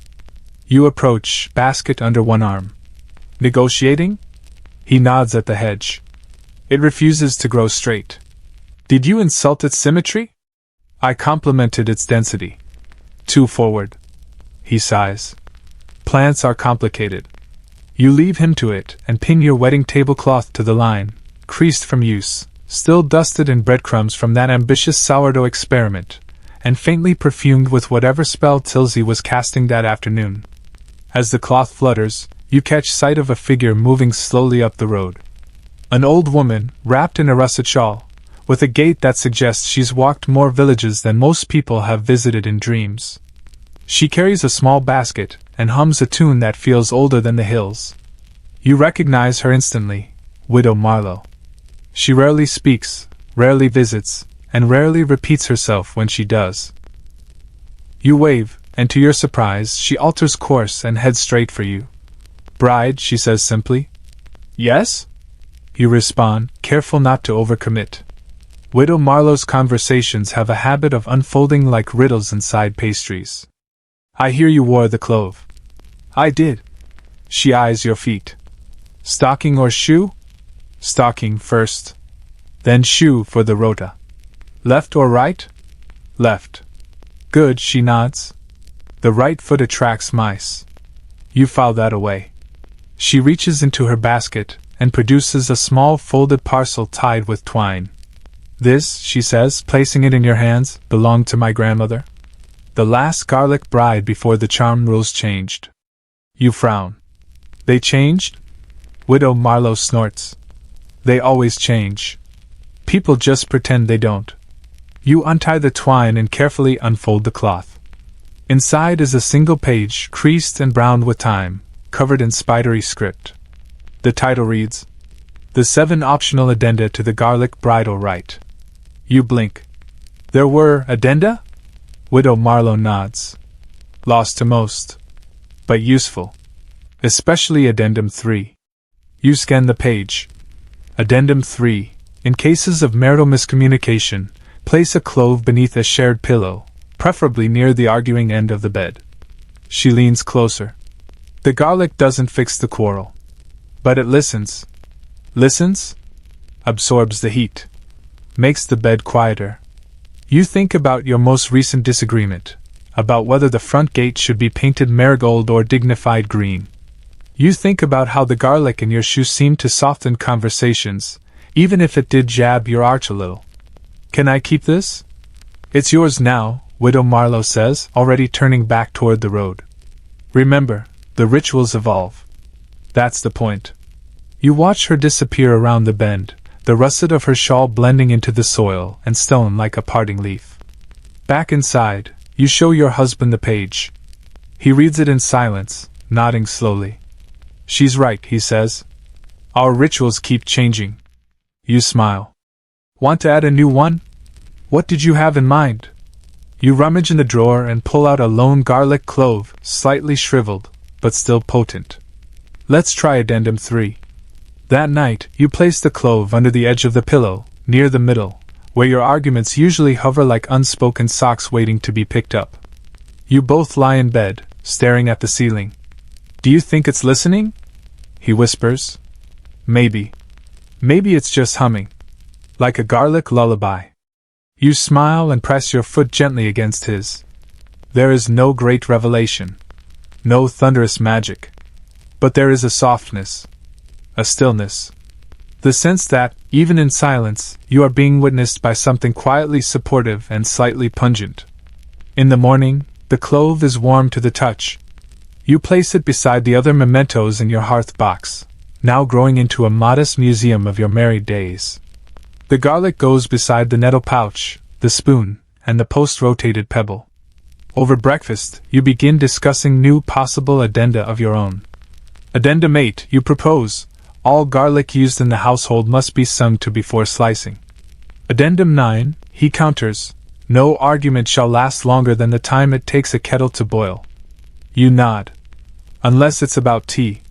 Then all bets are off. He gestures to the hearth ribbons. Should we write these down? You do. In a little book with a green cover and the faint scent of basil, you begin to pen your household lore. Not grand spells. Not ancient doctrine. Just small rules for a life together. It grows faster than expected. Soon, the garlic rites have sections for seasonal cooking, stubborn doors, and emergency dances to break tension. The rituals aren't sacred. But they are real. And they belong to you. That night, you add the newest ribbon to the collection, a slim braid of linen and thread embroidered with tiny moths and thistles. It hangs beside the others like a quiet sigh. Another charm. Another chapter. Another moment folded into the long, fragrant tapestry of garlic and love. Your household law book grows heavier with each passing day. It's not weighty in the usual sense. It's still just a slim green notebook, the kind that always seems to turn up mysteriously in drawers. But it now contains more than 24 entries, all handwritten in the slanted, looping style you and your husband have developed between you. Some are practical. Rule 3. Never trust a jar labeled miscellaneous. Spices. Rule 8. If the windows rattle without wind, make tea and wait for a sign. Rule 14. Always give a new garlic clove 3 days to settle in. Some are. Less so. Rule 17. Left socks attract fewer arguments than right ones. Rule 20. Never discuss curtains on an empty stomach. Rule 21. If one of us turns into a goose, the other must at least pretend to be surprised. On this particular morning, you find yourself staring at Rule 11. In cases of uncertainty, consult the garlic. Which is why there is currently a bulb of garlic sitting on your breakfast table like it's about to chair a meeting. It's placed on a folded napkin. You're both looking at it. Your husband breaks the silence. So what do we ask it? You tilt your head. Maybe. Should we host the equinox supper this year? He frowns. Big question. Maybe we should warm it up first. So you place the garlic on the windowsill, in the morning sun. This, somehow, feels correct. While it basks in its newfound role as oracle, you tend to the day's quieter chores, pressing your husband's tunic, which insists on wrinkling into vaguely accusatory folds, and rearranging the spice cupboard so that witch's parsley no longer sits next to the actual parsley. It's not cursed, necessarily, but it does taste like regret. When the garlic feels ready, or perhaps when you just run out of other tasks, you both return to the table. You take turns holding it, like a strange little relic. Should we host the supper? Your husband asks solemn. The garlic does not speak. But it does roll slightly to the left. You exchange a look. Left means yes? You guess. Obviously. Decision made. The equinox supper, after all, is less of a formal dinner and more of a glorified potluck mixed with minor ritual. Neighbors bring dishes, recite toasts to vegetables, and occasionally someone sings to the moon with a tambourine. One year, someone attempted to summon spring early using only beets. It did not work. But the beets were well roasted. You begin preparations the next morning. Your husband is in charge of the guest list, a dubious endeavor, as no one ever RSVPs but everyone shows up. You handle decor, which mostly consists of deciding which herbs to hang from the beams and whether the guest goat should wear a festive collar. You both jointly tackle the seating chart, which must follow 3 ancient and immutable rules. Never seat Tilsey beside anyone who crunches loudly. No more than one person per table who believes they can read seeds. Absolutely no debates about pickling in earshot of the baby's cradle. 3 days before the event, you find a note tucked into your hearth box. It's from Cousin Eulalie. Heard you're hosting the supper. Don't worry, I won't bring Harold's lute this time. He's been banned from waltzing anyway. Enclosed, a charm I used once to prevent dinner chaos. It sort of worked. Also, don't feed it after dusk. Inside the folded paper is a dried sprig of something pale and crinkly. Possibly thyme, possibly cabbage? You place it in a jar labeled useful? Maybe. The day of the equinox arrives with suspicious sunshine. You string garlic cloves and dried lemon peels over the door for protection, or possibly just ambience, and lay out place cards with handwritten names and doodles of vegetables and ceremonial poses. Guests trickle in by late afternoon. Tilsey arrives first, balancing a pie that smells both divine and judgmental. It cooled too fast, she says darkly, as though the pie has personally offended her. Next comes the onion seller with his newest fiancée, his 4th this year, and a bouquet of wild garlic and lavender. You seat them near the bread table, which seems both appropriate and vaguely symbolic. Cousin Eulalie shows up with a jug of something she calls sun-kissed cordial, which tastes like dandelion wine and reckless decisions. Harold is, indeed, luteless, but manages to produce a tambourine halfway through the first toast. As dusk falls, the cottage fills with candlelight and laughter. The table glows with platters of roasted root vegetables, pies filled with unlikely ingredients, and a surprisingly competent turnip mousse. You make a short toast in honor of garlic, of course, and receive polite applause and one loud honk from the guest goat. At one point, you catch your husband watching the crowd with a quiet smile. "This is nice," he murmurs, sliding a hand to yours beneath the table. You nod. The garlic approved. Clearly. The supper winds down with storytelling, half myths, half recipes, full-hearted nonsense. Someone recites a poem about courting rituals involving parsnips. Someone else insists their grandmother once warded off heartbreak with leeks. Your ribbon, the original garlic-stitched one, is now worn as a sash, and though it's frayed at the edges, no one seems to mind. Several guests admire it. Tilsey eyes it suspiciously and asks whether it's speaking to anyone yet. You just smile and offer her another slice of bread. When the last guest leaves and the last dish is washed, you and your husband sit in the quiet, surrounded by a soft mess of candles, crumbs, and leftover laughter. The garlic is back on the windowsill. It glows faintly in the moonlight, smug in its approval. Your husband leans back. Should we add this to the law book? You nod. Rule 22, when in doubt, let the garlic host. You write it down in your joined handwriting, half loop, half lopsided. A garlic right, a house right, a life right. It fits. The next morning, your home smells like roasted root vegetables, beeswax, and the very faint scent of triumph. Hosting the equinox supper, you now realize, is a bit like wrangling a herd of philosophical sheep, surprisingly fulfilling, mildly chaotic, and better with snacks. You stretch your arms, surveying the aftermath. A garland of herbs has fallen dramatically onto a stool, several place cards are tucked behind cushions, and one guest, unknown, has left behind a single shoe. Do we know a one-shoed person? Your husband asks, holding it aloft like an archaeologist discovering a new species. Only metaphorically, you reply. Put it with the others. You both nod, as if it's completely normal to have a small collection of unclaimed footwear in a basket by the door. It is, after all, the kind of household you've cultivated, one where garlic is consulted, poems are impromptu, and soup spoons are occasionally assigned personalities. Later that day, you decide to pay a visit to the village archive, a dim, dusty room behind the apothecary that smells like binding glue, ink, and aggressive oregano. It's looked after by Mr. Pruitt, who catalogues the town's history with the air of a man who once tried to alphabetize the wind. Looking for anything in particular? He asks as you step over a suspiciously large stack of pamphlets labeled the 1729 Cheese Dispute, an annotated timeline. You nod. Garlic bride traditions.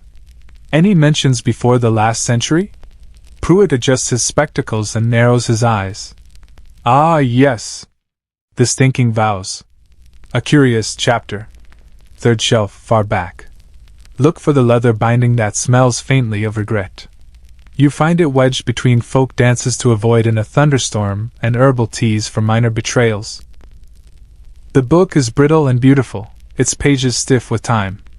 You flip carefully, scanning through entries that mention pre-wedding garlic polishing ceremonies, post-wedding garlic garlands for luck, and one rather elaborate rite involving a goose, a mirror, and a pickled onion.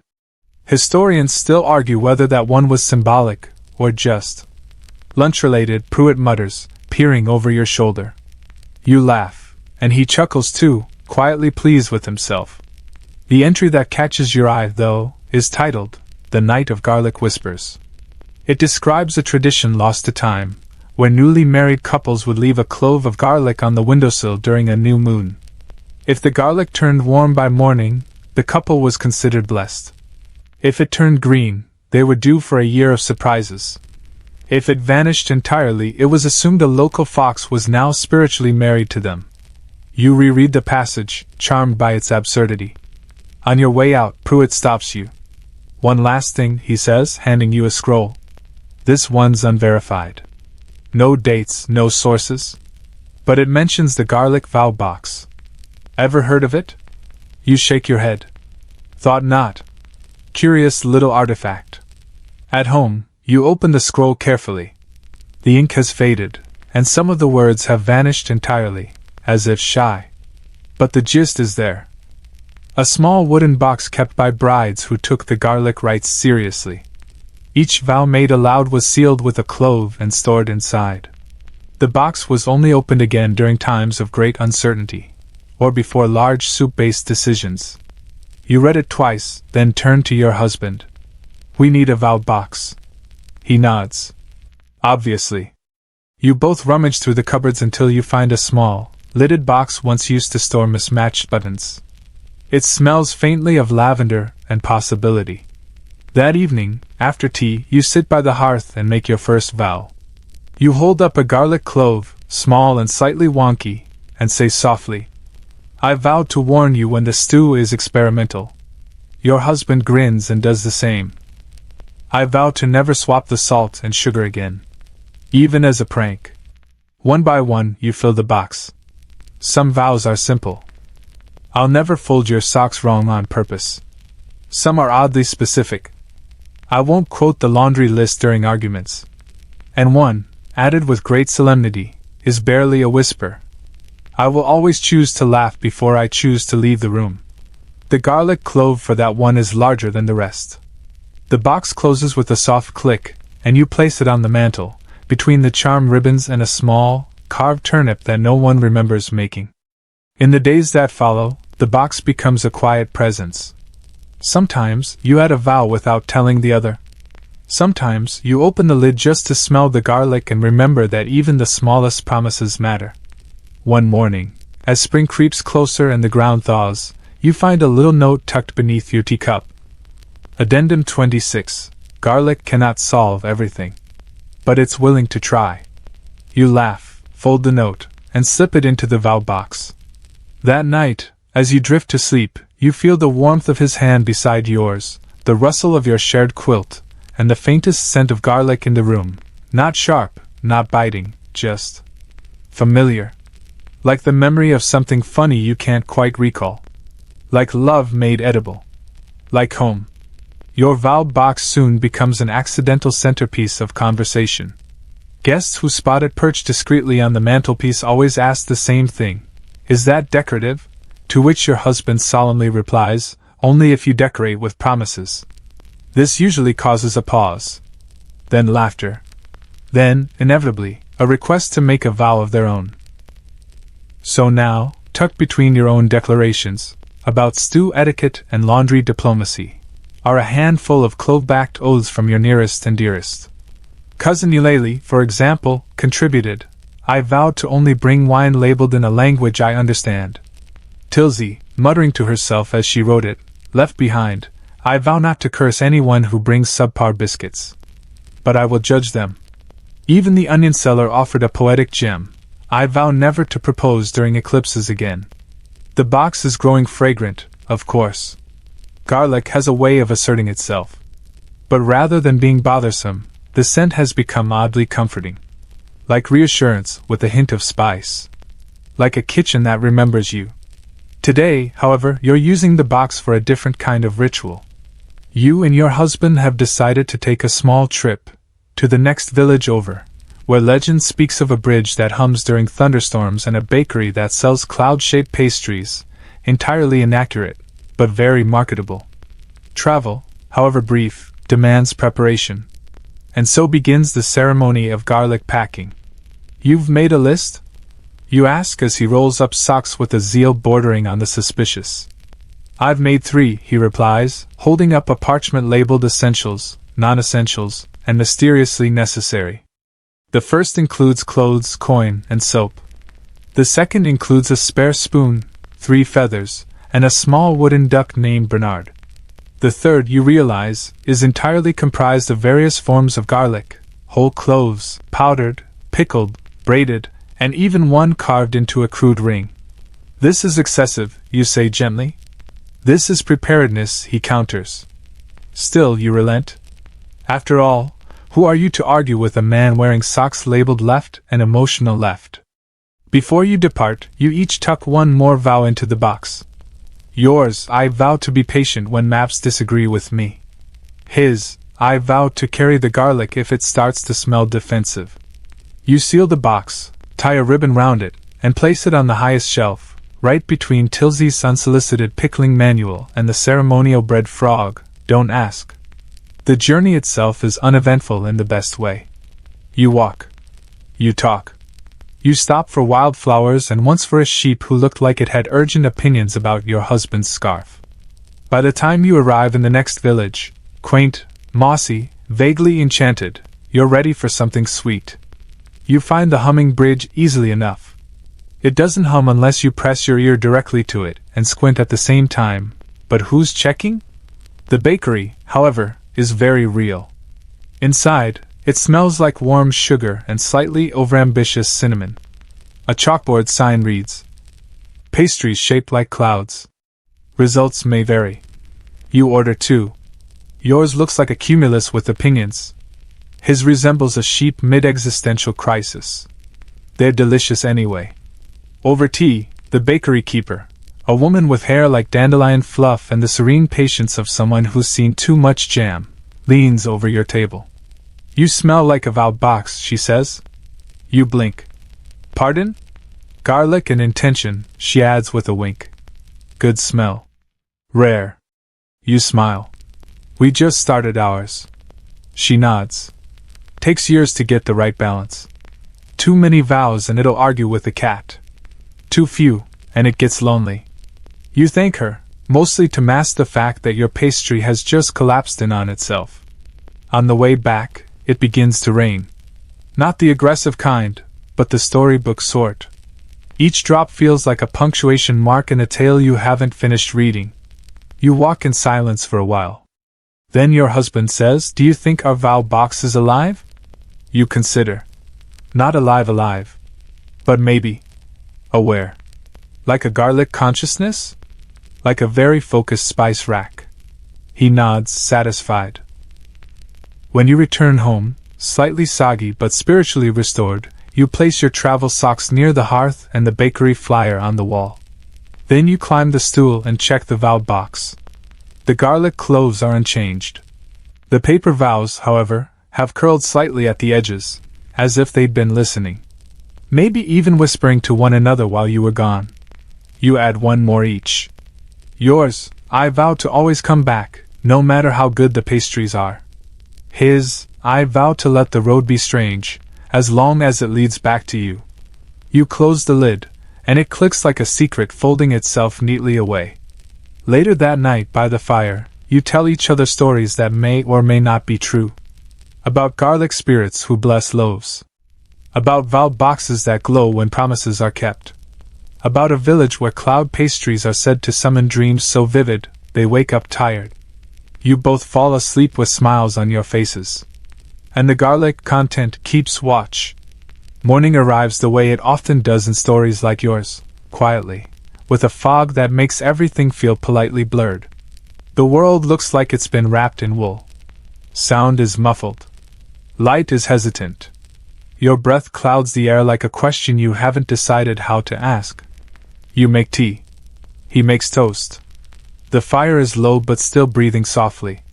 And somewhere, deep inside the folds of your cupboards, a spoon falls for no reason at all. You both pause, listening. Could be the garlic, he says. Or the mouse, you counter. He's been studying gravity. You both nod, sip your tea, and decide not to check. Some things are better left to develop their own theories. Today is a house-tending day. Not chores exactly, but rituals. You wash the windows with a splash of rosemary water, not because it works better, but because it makes the panes smell like someone tried to domesticate a forest.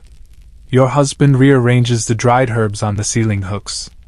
There is an ongoing debate about whether thyme should hang near the door or the pantry. He claims it's for balance. You suspect he just likes bumping his head on something aromatic. In the garden, the garlic is thriving. You planted some right after the wedding, a small ritual Tilsey insisted upon. What's wed should root, she'd said, handing you a basket of dirt that may have contained more metaphor than soil. Now the green shoots sway with quiet purpose. You kneel beside them, pressing your fingers into the earth. The soil is soft, and you swear it hums when you touch it. Do you think they remember? You ask, not expecting an answer. Behind you, your husband chuckles. They better. I gave that one a pep talk. You both stand there for a while, watching nothing happen in the most satisfying way. Back inside, the house smells like hearth and lemon balm. The vow box rests peacefully on its shelf, perhaps dreaming of its next additions. You decide it's time to add something new, not a vow, not quite, but something between a memory and a wish. You retrieve the green law book. Page by page, the ink has started to blur slightly. Not from neglect, but from affection. Hands, after all, are not always clean when promises are made over pie. Today's entry will be called The Garlic Glossary. You write it slowly, curling letters like tendrils. Garlic Glossary, an incomplete and probably evolving lexicon clove of caution, the one you don't use but keep near the windowsill. The whisper bulb, garlic set aside for secrets, or very polite gossip. Peel of peace, a flake slipped into a stew after an argument. The pungent pact, a mutual agreement sealed over a particularly garlicky dish. Socks of sincerity, the pair worn when you need to be honest and don't want to cry. Your husband adds one of his own. The garlickly excuse, a charming reason to leave a room that involves anything from garlic to goats. By the time evening arrives, the glossary contains 12 entries and a small doodle of a smug garlic bulb wearing spectacles. You set the book aside, satisfied. But something's still buzzing. Not anxious. Not even urgent. Just curious. So you visit Tilsey. She opens the door wearing only 5 shawls this time, a worrying sign. Something's off, she says immediately. Is it me? It's the garlic. It's expectant. You blink. That's not a word I thought applied to spices. Then you haven't been seasoning with intention. She leads you inside, where the air smells like cinnamon and mystery. You sit on your usual stool. She hands you a mug of something that could be tea, but also might be boiled optimism. You've reached the part where the garlic wants more. More of what? She shrugs. Legacy, probably. It's had enough of socks and stew. It wants purpose. You sip. Are you saying the garlic is bored? I'm saying it wants to be honored. You raise an eyebrow. We have a vow box, a lower book, and a glossary. Yes, she nods, but do you have a garland of intentions? What? She gestures grandly to the ceiling, where dozens of ribbons, herbs, and little paper tags hang from twine. Every ribbon is a declaration. Every herb a reminder. Every tag a whisper. You squint. One of them reads, "I will not punch people over soup." You nod. Reasonable. So you go home and begin your own. You string a length of twine above the hearth, near the vow box and the garlic braids. You hang 3 things to start. A ribbon from your wedding sash, now softened by time. A sprig of basil, for warmth in conversations. A note that says, "I will ask questions before I assume sock treachery." The garland sways gently. Your husband sees it, and adds a tag of his own. "I will not rearrange the pantry without prior warning or cake." By bedtime, there are 6 tags. Each one added not for grandeur, but because the garlic asked. And when you fall asleep that night, the room filled with the scent of purpose, you dream of clothes lined up like tiny soldiers, protecting memories. In your dream, one of them salutes. You do not question this. You simply wave back. By the next morning, the garland has grown a personality. You're not saying it's alive, exactly. But it does seem to rearrange itself slightly when no one's looking. The sprig of basil drifts to the left after breakfast. The ribbon curls tighter on stormy days. One of the tags, a vow about always labeling pickles, has mysteriously vanished, possibly eaten by the garlic in protest. You suspect the garland is becoming something more than a decoration. It's becoming participatory. Garlic has opinions, Tilsey had warned, especially when suspended at eye level. She wasn't wrong. Today, though, you wake with a feeling that something's due. Not an errand or a bill, those are the domain of reality. This is something subtler. A pull. A nudge from the spice-scented universe. So you rise early and consult the garlic. Not the oracle bulb or the vow box cloves, but the garden. The original garlic. The cloves you planted after the wedding. The ones that have grown quietly while life swirled around them. They're tall now. Sturdy. Green shafts tipped with scapes that curl like sleepy question marks. You kneel in the dirt and speak to them softly. "I think you want a festival." The breeze answers, which you take as confirmation. You return inside and find your husband making toast with a suspicious degree of focus. "Let's host a garlic day." He pauses mid-butter. "A what?" "A day to celebrate garlic. Its history. Its magic. Its fragrance. Its persuasive tendencies." He thinks. Then nods. "Will there be snacks?" "Garlic-themed." "Games?" "Possibly interpretive." "Psalms?" You know the answer to that. And so it begins, the first annual Garlic Day. Preparations start that afternoon. You make lists. Your husband makes diagrams, none of which are legible, but all of which include enthusiastic arrows pointing to things labeled snack vortex. You write invitations by hand, adorned with doodles of garlic clothes and top hats. You deliver them to every doorstep in town, including that one odd shack in the woods where nobody technically lives, but cookies always go missing. The town, to your great delight, is thrilled. "We've been waiting for someone to do this," says the baker, already brainstorming garlicky desserts. "I've got a song!" shouts Harold, strumming an invisible lute. Even Tilsey approves, though she insists on running the garlic divination booth and will accept payment in compliments, or well-folded linens. The village square transforms overnight. You string garlic braids between trees. You hang tiny vow ribbons from the benches. You set up booths, garlic lore, garlic crafts, garlic whispering, interpretive, and garlic confessionals. Forgive me, I oversalted the stew. Children dart around with paper garlands and garlic-shaped balloons.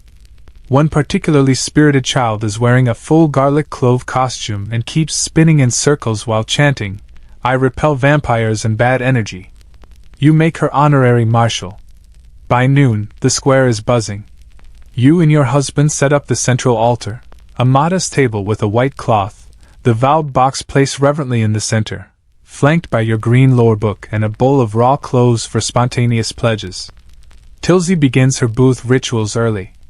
She places a garlic bulb in each visitor's hand, stares into their eyes, and says something cryptic like, "The bulb sees you've been neglecting your inner stew." Surprisingly, most people thank her. Meanwhile, the garlic snack pavilion is an instant hit. There are garlic scones, garlic toffees, more successful than feared, garlicky lemonade, confusing but oddly refreshing, and a mysterious item labeled only as bread. Probably. Games are held. There is pin the peel on the clove, garlic tossing for distance and drama, clove counting in the blindfold tent. Name that garlic, feat regional varieties. Someone wins the latter by guessing Transylvanian softneck with no hesitation. You hand them a prize, a small jar of pickled garlic and a ribbon that reads scented but victorious. The highlight of the day is the garlic procession. Led by Harold with his non-lute, the villagers march around the square holding garlic bouquets, chanting old kitchen charms and new ones made up on the spot. Your husband walks beside you, carrying the vow box like a sacred relic. You wear the original wedding ribbon as a sash, now trailing vow tags from friends and neighbors. The final event of the day is the garlic promise ceremony. One by one, villagers approach the table, take a clove from the bowl, whisper a vow, and place it gently in the little wooden box. Some vows are silly. I vow to floss after the next pie. Some are serious. I vow to listen before I lecture. Some are somewhere in between. I vow to respect all soups, even if they include celery. You and your husband make your vows last. Yours, I vow to celebrate small things, especially when they smell like garlic. His, I vow to keep making you laugh, even if I have to wear garlic as a hat. Which he does right there, fashioning a crown from leftover scapes and cloves. The villagers cheer. Even Tilsey smirks. And the garlic, basking in all this attention, seems pleased. As the sun begins to set, you all gather by the vow box. The garland from your hearth has been relocated for the day, now strung between two trees, each tag fluttering gently in the breeze like sleepy moths. You raise your mug of garlic lemonade, still weird, and offer the closing toast, to the things that keep, the roots that grow, and the promises we flavor our lives with. The crowd echoes it back. To the garlic! The stars emerge, and candles are lit. The town begins to settle. And you, tired but glowing, walk home hand in hand with your husband, the vow box cradled between you. At home, you place it back on the mantel. It fits perfectly, as though it never left. The garland above it twitches once, then stills. And everything, just for a moment, smells exactly like love. The garlic festival becomes legend almost instantly. By the next morning, there are already new rumors swirling. Some say the vow box glowed softly during the final toast. Others claim the bread label probably granted them vivid dreams about emotionally supportive turnips. One child is convinced the garlic garland whispered her a bedtime story before fluttering gently against her cheek like a kiss from a grandmother who never nagged. You and your husband simply bask in the quiet aftermath, sipping tea, wrapped in matching shawls that smell faintly of herbs, wood smoke, and someone else's excellent stew. Tilsey sends a note, as expected. It reads, "Well, that didn't go badly. I only cursed one jam. We'll drop off leftovers if the pigeons allow. Also, the garlic approves. But it now wants a title." You pin the note to your pantry wall beside others from over the years. There's a comforting sense of continuity in this odd, garlic-scented world you've created together. Later, your husband proposes a walk. You wander the garden paths, still wearing your indoor slippers, trailing bits of ribbon and breadcrumbs like low-effort folklore. The garlic plants are particularly smug today. You imagine, quite clearly, one of them whispering, "We told you so." At the garden gate you pause. Your husband gestures ahead. "Shall we visit the old chapel hill?" You nod. The hill is a quiet place, tucked just outside the village, overlooking a few ancient stones and a grove of hawthorn trees that always seem to bloom sideways. You bring the vow box with you, not out of necessity, but because it feels like a companion now. Like a third member of your little household. Slightly judgmental, deeply rooted, and always smelling faintly of something that wants to be soup. At the top of the hill, the wind picks up. It lifts your ribbon sash and flutters the tags. One breaks free and skips along the ground until it lands beside a weathered gravestone, where it settles, content. The two of you sit. No one says anything for a while. Then your husband leans over and whispers, "Do you think we're ridiculous?" You smile. "Undoubtedly." "Good," he says, settling back with satisfaction. "It's here, under the hawthorn, that you both begin talking about the deeper things. Not the kind that lead to arguments or long, tangled feelings. Just the kind that peek out when the wind is soft, and the garlic has already forgiven you for oversalting breakfast. You talk about dreams. About someday building a little bench in the garden just for reading. About writing a cookbook that includes exactly one recipe and 400 pages of garlic-themed poetry. About whether the moon really prefers rosemary or just pretends to. Eventually, you take out the vow box. You hold it between you like a shared secret. And in unison, without needing to ask, you each add a new clove. Yours, "I vow to make room for silliness, even when we're tired." His, "I vow to believe you, even when you say the garlic winked at you." You close the box with its now familiar click and nestle it between the roots of the nearest tree while you both lie down on a patch of moss that has, perhaps, always been waiting. Clouds drift by slowly above, like indecisive sheep. The vow box hums. Not literally, but in a way that your bones seem to understand. On the walk back, you pass neighbors who nod and smile knowingly. The baker gives you a discreet thumbs up. Someone has tied garlic braids to the postbox. And Tilsey, watching from her window, 5 shawls deep again, raises a teacup in your direction. You toast back with your thermos. That evening you update the low book. You write, "Garlic title, to be determined." Possibly Clone Master, unless better ideas emerge. You also add a new glossary entry. Garlic dreaming, the sense that even your most impractical hopes can take root, so long as they smell like love, laughter, and maybe just a little lemon thyme. Your husband reads it over your shoulder, nodding approvingly. "Very you," he says. "Poetic and slightly hungry." You grin. Then he adds an entry of his own, the garlic whisper, the feeling that something small and honest is guiding you, just off stage, and will absolutely criticize your pie crust if you stop listening. Before bed, you hang a new ribbon on the hearth garland. I vow to keep trusting odd traditions, especially when they make no logical sense. It flutters for a moment, then settles in beside the one about sock honesty and the other about pantry surprises. And somewhere in the house, you both swear the vow box sighs, content, maybe, or just gassy. Either way, it's home. As night drapes gently over your cottage, the fire flickers, the garlic glows softly in its braids, and you both curl beneath a blanket stitched with scraps of old promises and new intentions. No one knocks. No spoons fall. Even the mice seem to know, tonight is for quiet. And garlic. Always garlic. You wake up to find the house shrouded in the kind of quiet that feels purposeful, like even the floorboards are holding their breath. It's garlic box cleaning day. Not because anyone told you it was. Not because it's marked on a calendar. But because you know, the way you know it's time to change the bedsheets, or water the basil, or apologize to your husband for reorganizing the pantry again. The vow box has grown heavy. Not physically, although the garlic inside has multiplied in curious ways. One clove now bears a faint smile.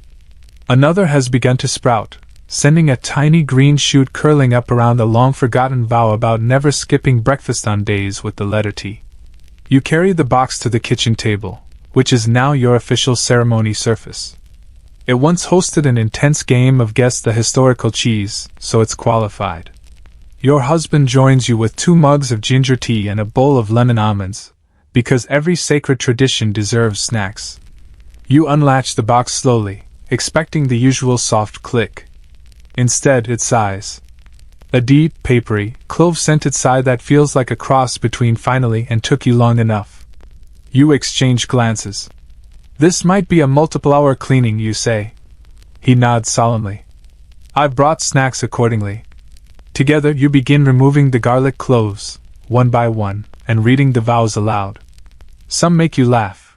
I vow to stop singing to the pickles. Some make you nostalgic.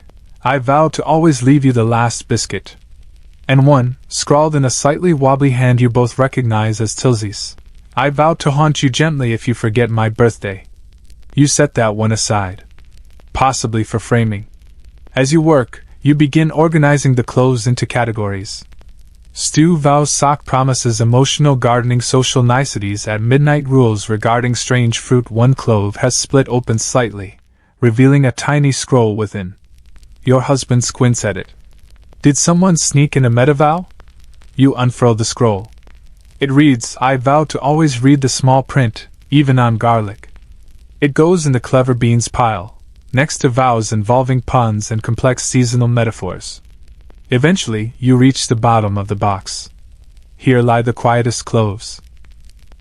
The ones tucked in early, long before the garlic gained its now customary charisma. The earliest vows, modest, careful, and slightly unsure.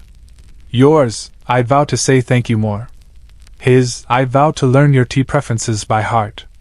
Neither of you speaks for a moment. The vows are dry now. Brittle in the best way. Like old pages that crackle when turned. You don't replace these ones. They stay, nestled deep in the box's lining. The foundation, after all, doesn't need refreshing. Only remembering. You line the inside with a fresh scrap of linen scented faintly with thyme and a touch of lemon balm. A ribbon is tied loosely across the top, not to seal, but to welcome. The newer clothes return, interspersed with a few empty ones. Placeholders. For future promises, yet unspoken but definitely pending. I'd like to add one now, your husband says. He takes a fresh clove and, in his neat, wonky handwriting, scribbles. I vow to keep learning how to be quiet beside you. You smile. Then take your turn. I vow to let things grow before I try to name them. Both cloves go in with a soft talk, like buttons in a box. The vow box feels lighter somehow. Or wiser. You latch it closed, and the click is gentler this time. More like a thank you than a boundary. Afterward, you carry it back to the mantel. But before placing it down, you dust the shelf, rearrange the garland. The no rearranging without cake vow was verbally waived for this moment, and hum a little nonsense tune passed down by no one in particular. You set the box back in its place. It gleams. No, not literally. But you feel it. That faint tingle. That sense that something very small has settled into something very right. Later that day, you host tea for 3 neighbors and a rather opinionated hedgehog named Crispin, who eats only scones and will not discuss why. The conversation is slow and winding, like rivers that don't mind being late. Someone asks about the vow box, pointing at the garland fluttering above it like a lazy thought. It's beautiful, she says. But do you ever worry it'll run out of room? You consider the question carefully. No, you reply. It's not a vault. It's a rhythm. A what? You explain gently. It's like a heartbeat. Not meant to be full, just to keep going. You put something in. You take something out. You listen. You rest. You try again. The room falls quiet for a moment. Then the hedgehog sneezes, and everything feels perfectly normal again. That night, while folding laundry and muttering about sock betrayal, you realize that the vow box has taught you something unexpected. Not just about garlic, but about time. About how stories loop back in spirals, not lines. About how love settles into spaces you didn't know were waiting. About how promises don't need to be dramatic to be sacred. You turn off the lights, slip into bed, and whisper one last, unofficial vow into the night. I vow to remember that small things matter, especially when they smell like soup. Somewhere, the box hears you. You're almost certain. And maybe, just maybe, it winks. Morning again, and this time the garlic wakes before you do. That's not metaphor. Well, not entirely. You find a single clove perched delicately on your bedside table, tucked inside a folded sock. No note. No explanation. Just a distinct presence, as if it had made its own way there in the night, on little papery feet, determined to deliver something quiet and strange. You look at your husband. He's still asleep, mouth slightly open, already halfway through a dream about competitive marmalade judging. You can tell by the twitch of his eyebrow. You let him be. The clove glows with faint pride. You smile. Today is your vow box's anniversary. 1 full year of garlic, promises, rituals, and ribbon-fueled compromise. 1 full year since Tilsey muttered something vaguely magical and accidentally began a household religion based entirely on cloves and companionability. You rise slowly. Make tea with honey. Toast the good bread. And place the proud little clove back inside the vow box with a reverent nod, like a curator restoring a masterpiece to its frame. Downstairs, the garland sways before you even walk past it. It knows. The whole house seems to lean in. Today, you've planned something small but deliberate, a vow renewal breakfast. Nothing ceremonial. No speech-making. No confetti. You've learned your lesson with herb-based confetti. Mint sticks to everything. Just you, your husband, the vow box, and a table filled with every garlicky dish you can muster. There's garlic porridge, questionable, garlic bread pudding, better, garlic-laced honey pastries, surprisingly delightful, and one simply labeled eggs. Probably. You eat together in near silence, punctuated only by the occasional giggle or the phrase, "That was definitely too much clove." Eventually, your husband leans back in his chair and exhales. So, shall we renew? You nod. You both retrieve the lower book, flip to the final page, and begin writing together in sideways script. Vows we didn't know we'd need, yet still kept anyway. I vow to listen when you say, "This stew feels emotional." I vow not to reorganize the vow box when I'm in a mood. I vow to accept garlic as a personality trait. I vow to let things be lovely, even if they're ridiculous. You add 5 more. He adds 3 that turn into 7 after some scribbling. At some point, the hedgehog appears again, nods solemnly at the list, and disappears into a curtain. It feels right. And as you lean your heads together, the vow box clicks open of its own accord. 1 final clove inside has sprouted a tiny bloom. White. Delicate. A wisp of promise. You press it gently between pages of the lore book. Preserved forever, like a kiss between chapters. Later you wander outside. The garden is lush. The garlic patch has doubled. Possibly tripled. It may now qualify as a small militia. Tilsey stops by with a gift, a carved wooden plaque that reads, "House of the Holy Garlic, we who pledge smell better than the rest." You hang it proudly above the doorway. The day passes the way good days should. You read. You nap. You watch the fire. And when the sun begins its slow tumble behind the hills, you both light a single candle beside the box. No speeches. Just one final new vow from each of you, spoken aloud and placed inside. Yours, I vow to keep noticing the strange and letting it stay. His, I vow to trust the garlic, even when it makes no culinary sense. The candle flickers, as if approving. And with that, you let the vow box rest. The garland drifts above it. The lore book lies open. The house breathes. And you? You lean into the stillness. Into the beautiful absurdity of it all. The days ahead will be full of other rituals, some accidental, some carefully plotted. New things will be planted. Old things will sprout. You may develop a theory about emotional weather. He may build a pigeon gazebo. Anything's possible now. But the vow box stays. Always the garlic. Always the promises. And always this sense that something humble and absurd has built you both a kind of armor, soft, fragrant, and surprisingly durable. The vow box doesn't end your story. It just makes it smell better. And now, with all the clothes tucked gently into place, with every ribbon fluttering quietly above the mantel, and the lore book resting open like a breathing thing, we find ourselves at the softest edge of the night. The fire has dimmed to embers.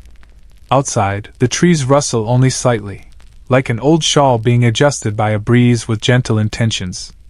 You curl beneath your favorite blanket, the one that always seems to remember your shape. Your thoughts slow. Even the vowed box, so full of stories, laughter, tiny promises written in garlic ink, seems to settle into silence, a little guardian of the quiet. You breathe deeply. You let go of the day. And the scent of roasted cloves and soft candle smoke wraps around you like a lullaby. There is nothing left to do. No vows left to make. No garlic to explain. Only this stillness, this warmth, this whispered kind of joy that happens when two people choose something silly and sacred, and theirs. Sleep comes easy now. Let it come. Let the garlic keep watch. Let your dreams spiral softly, like ribbons on a breeze. The box will be here tomorrow. So will love. So will home.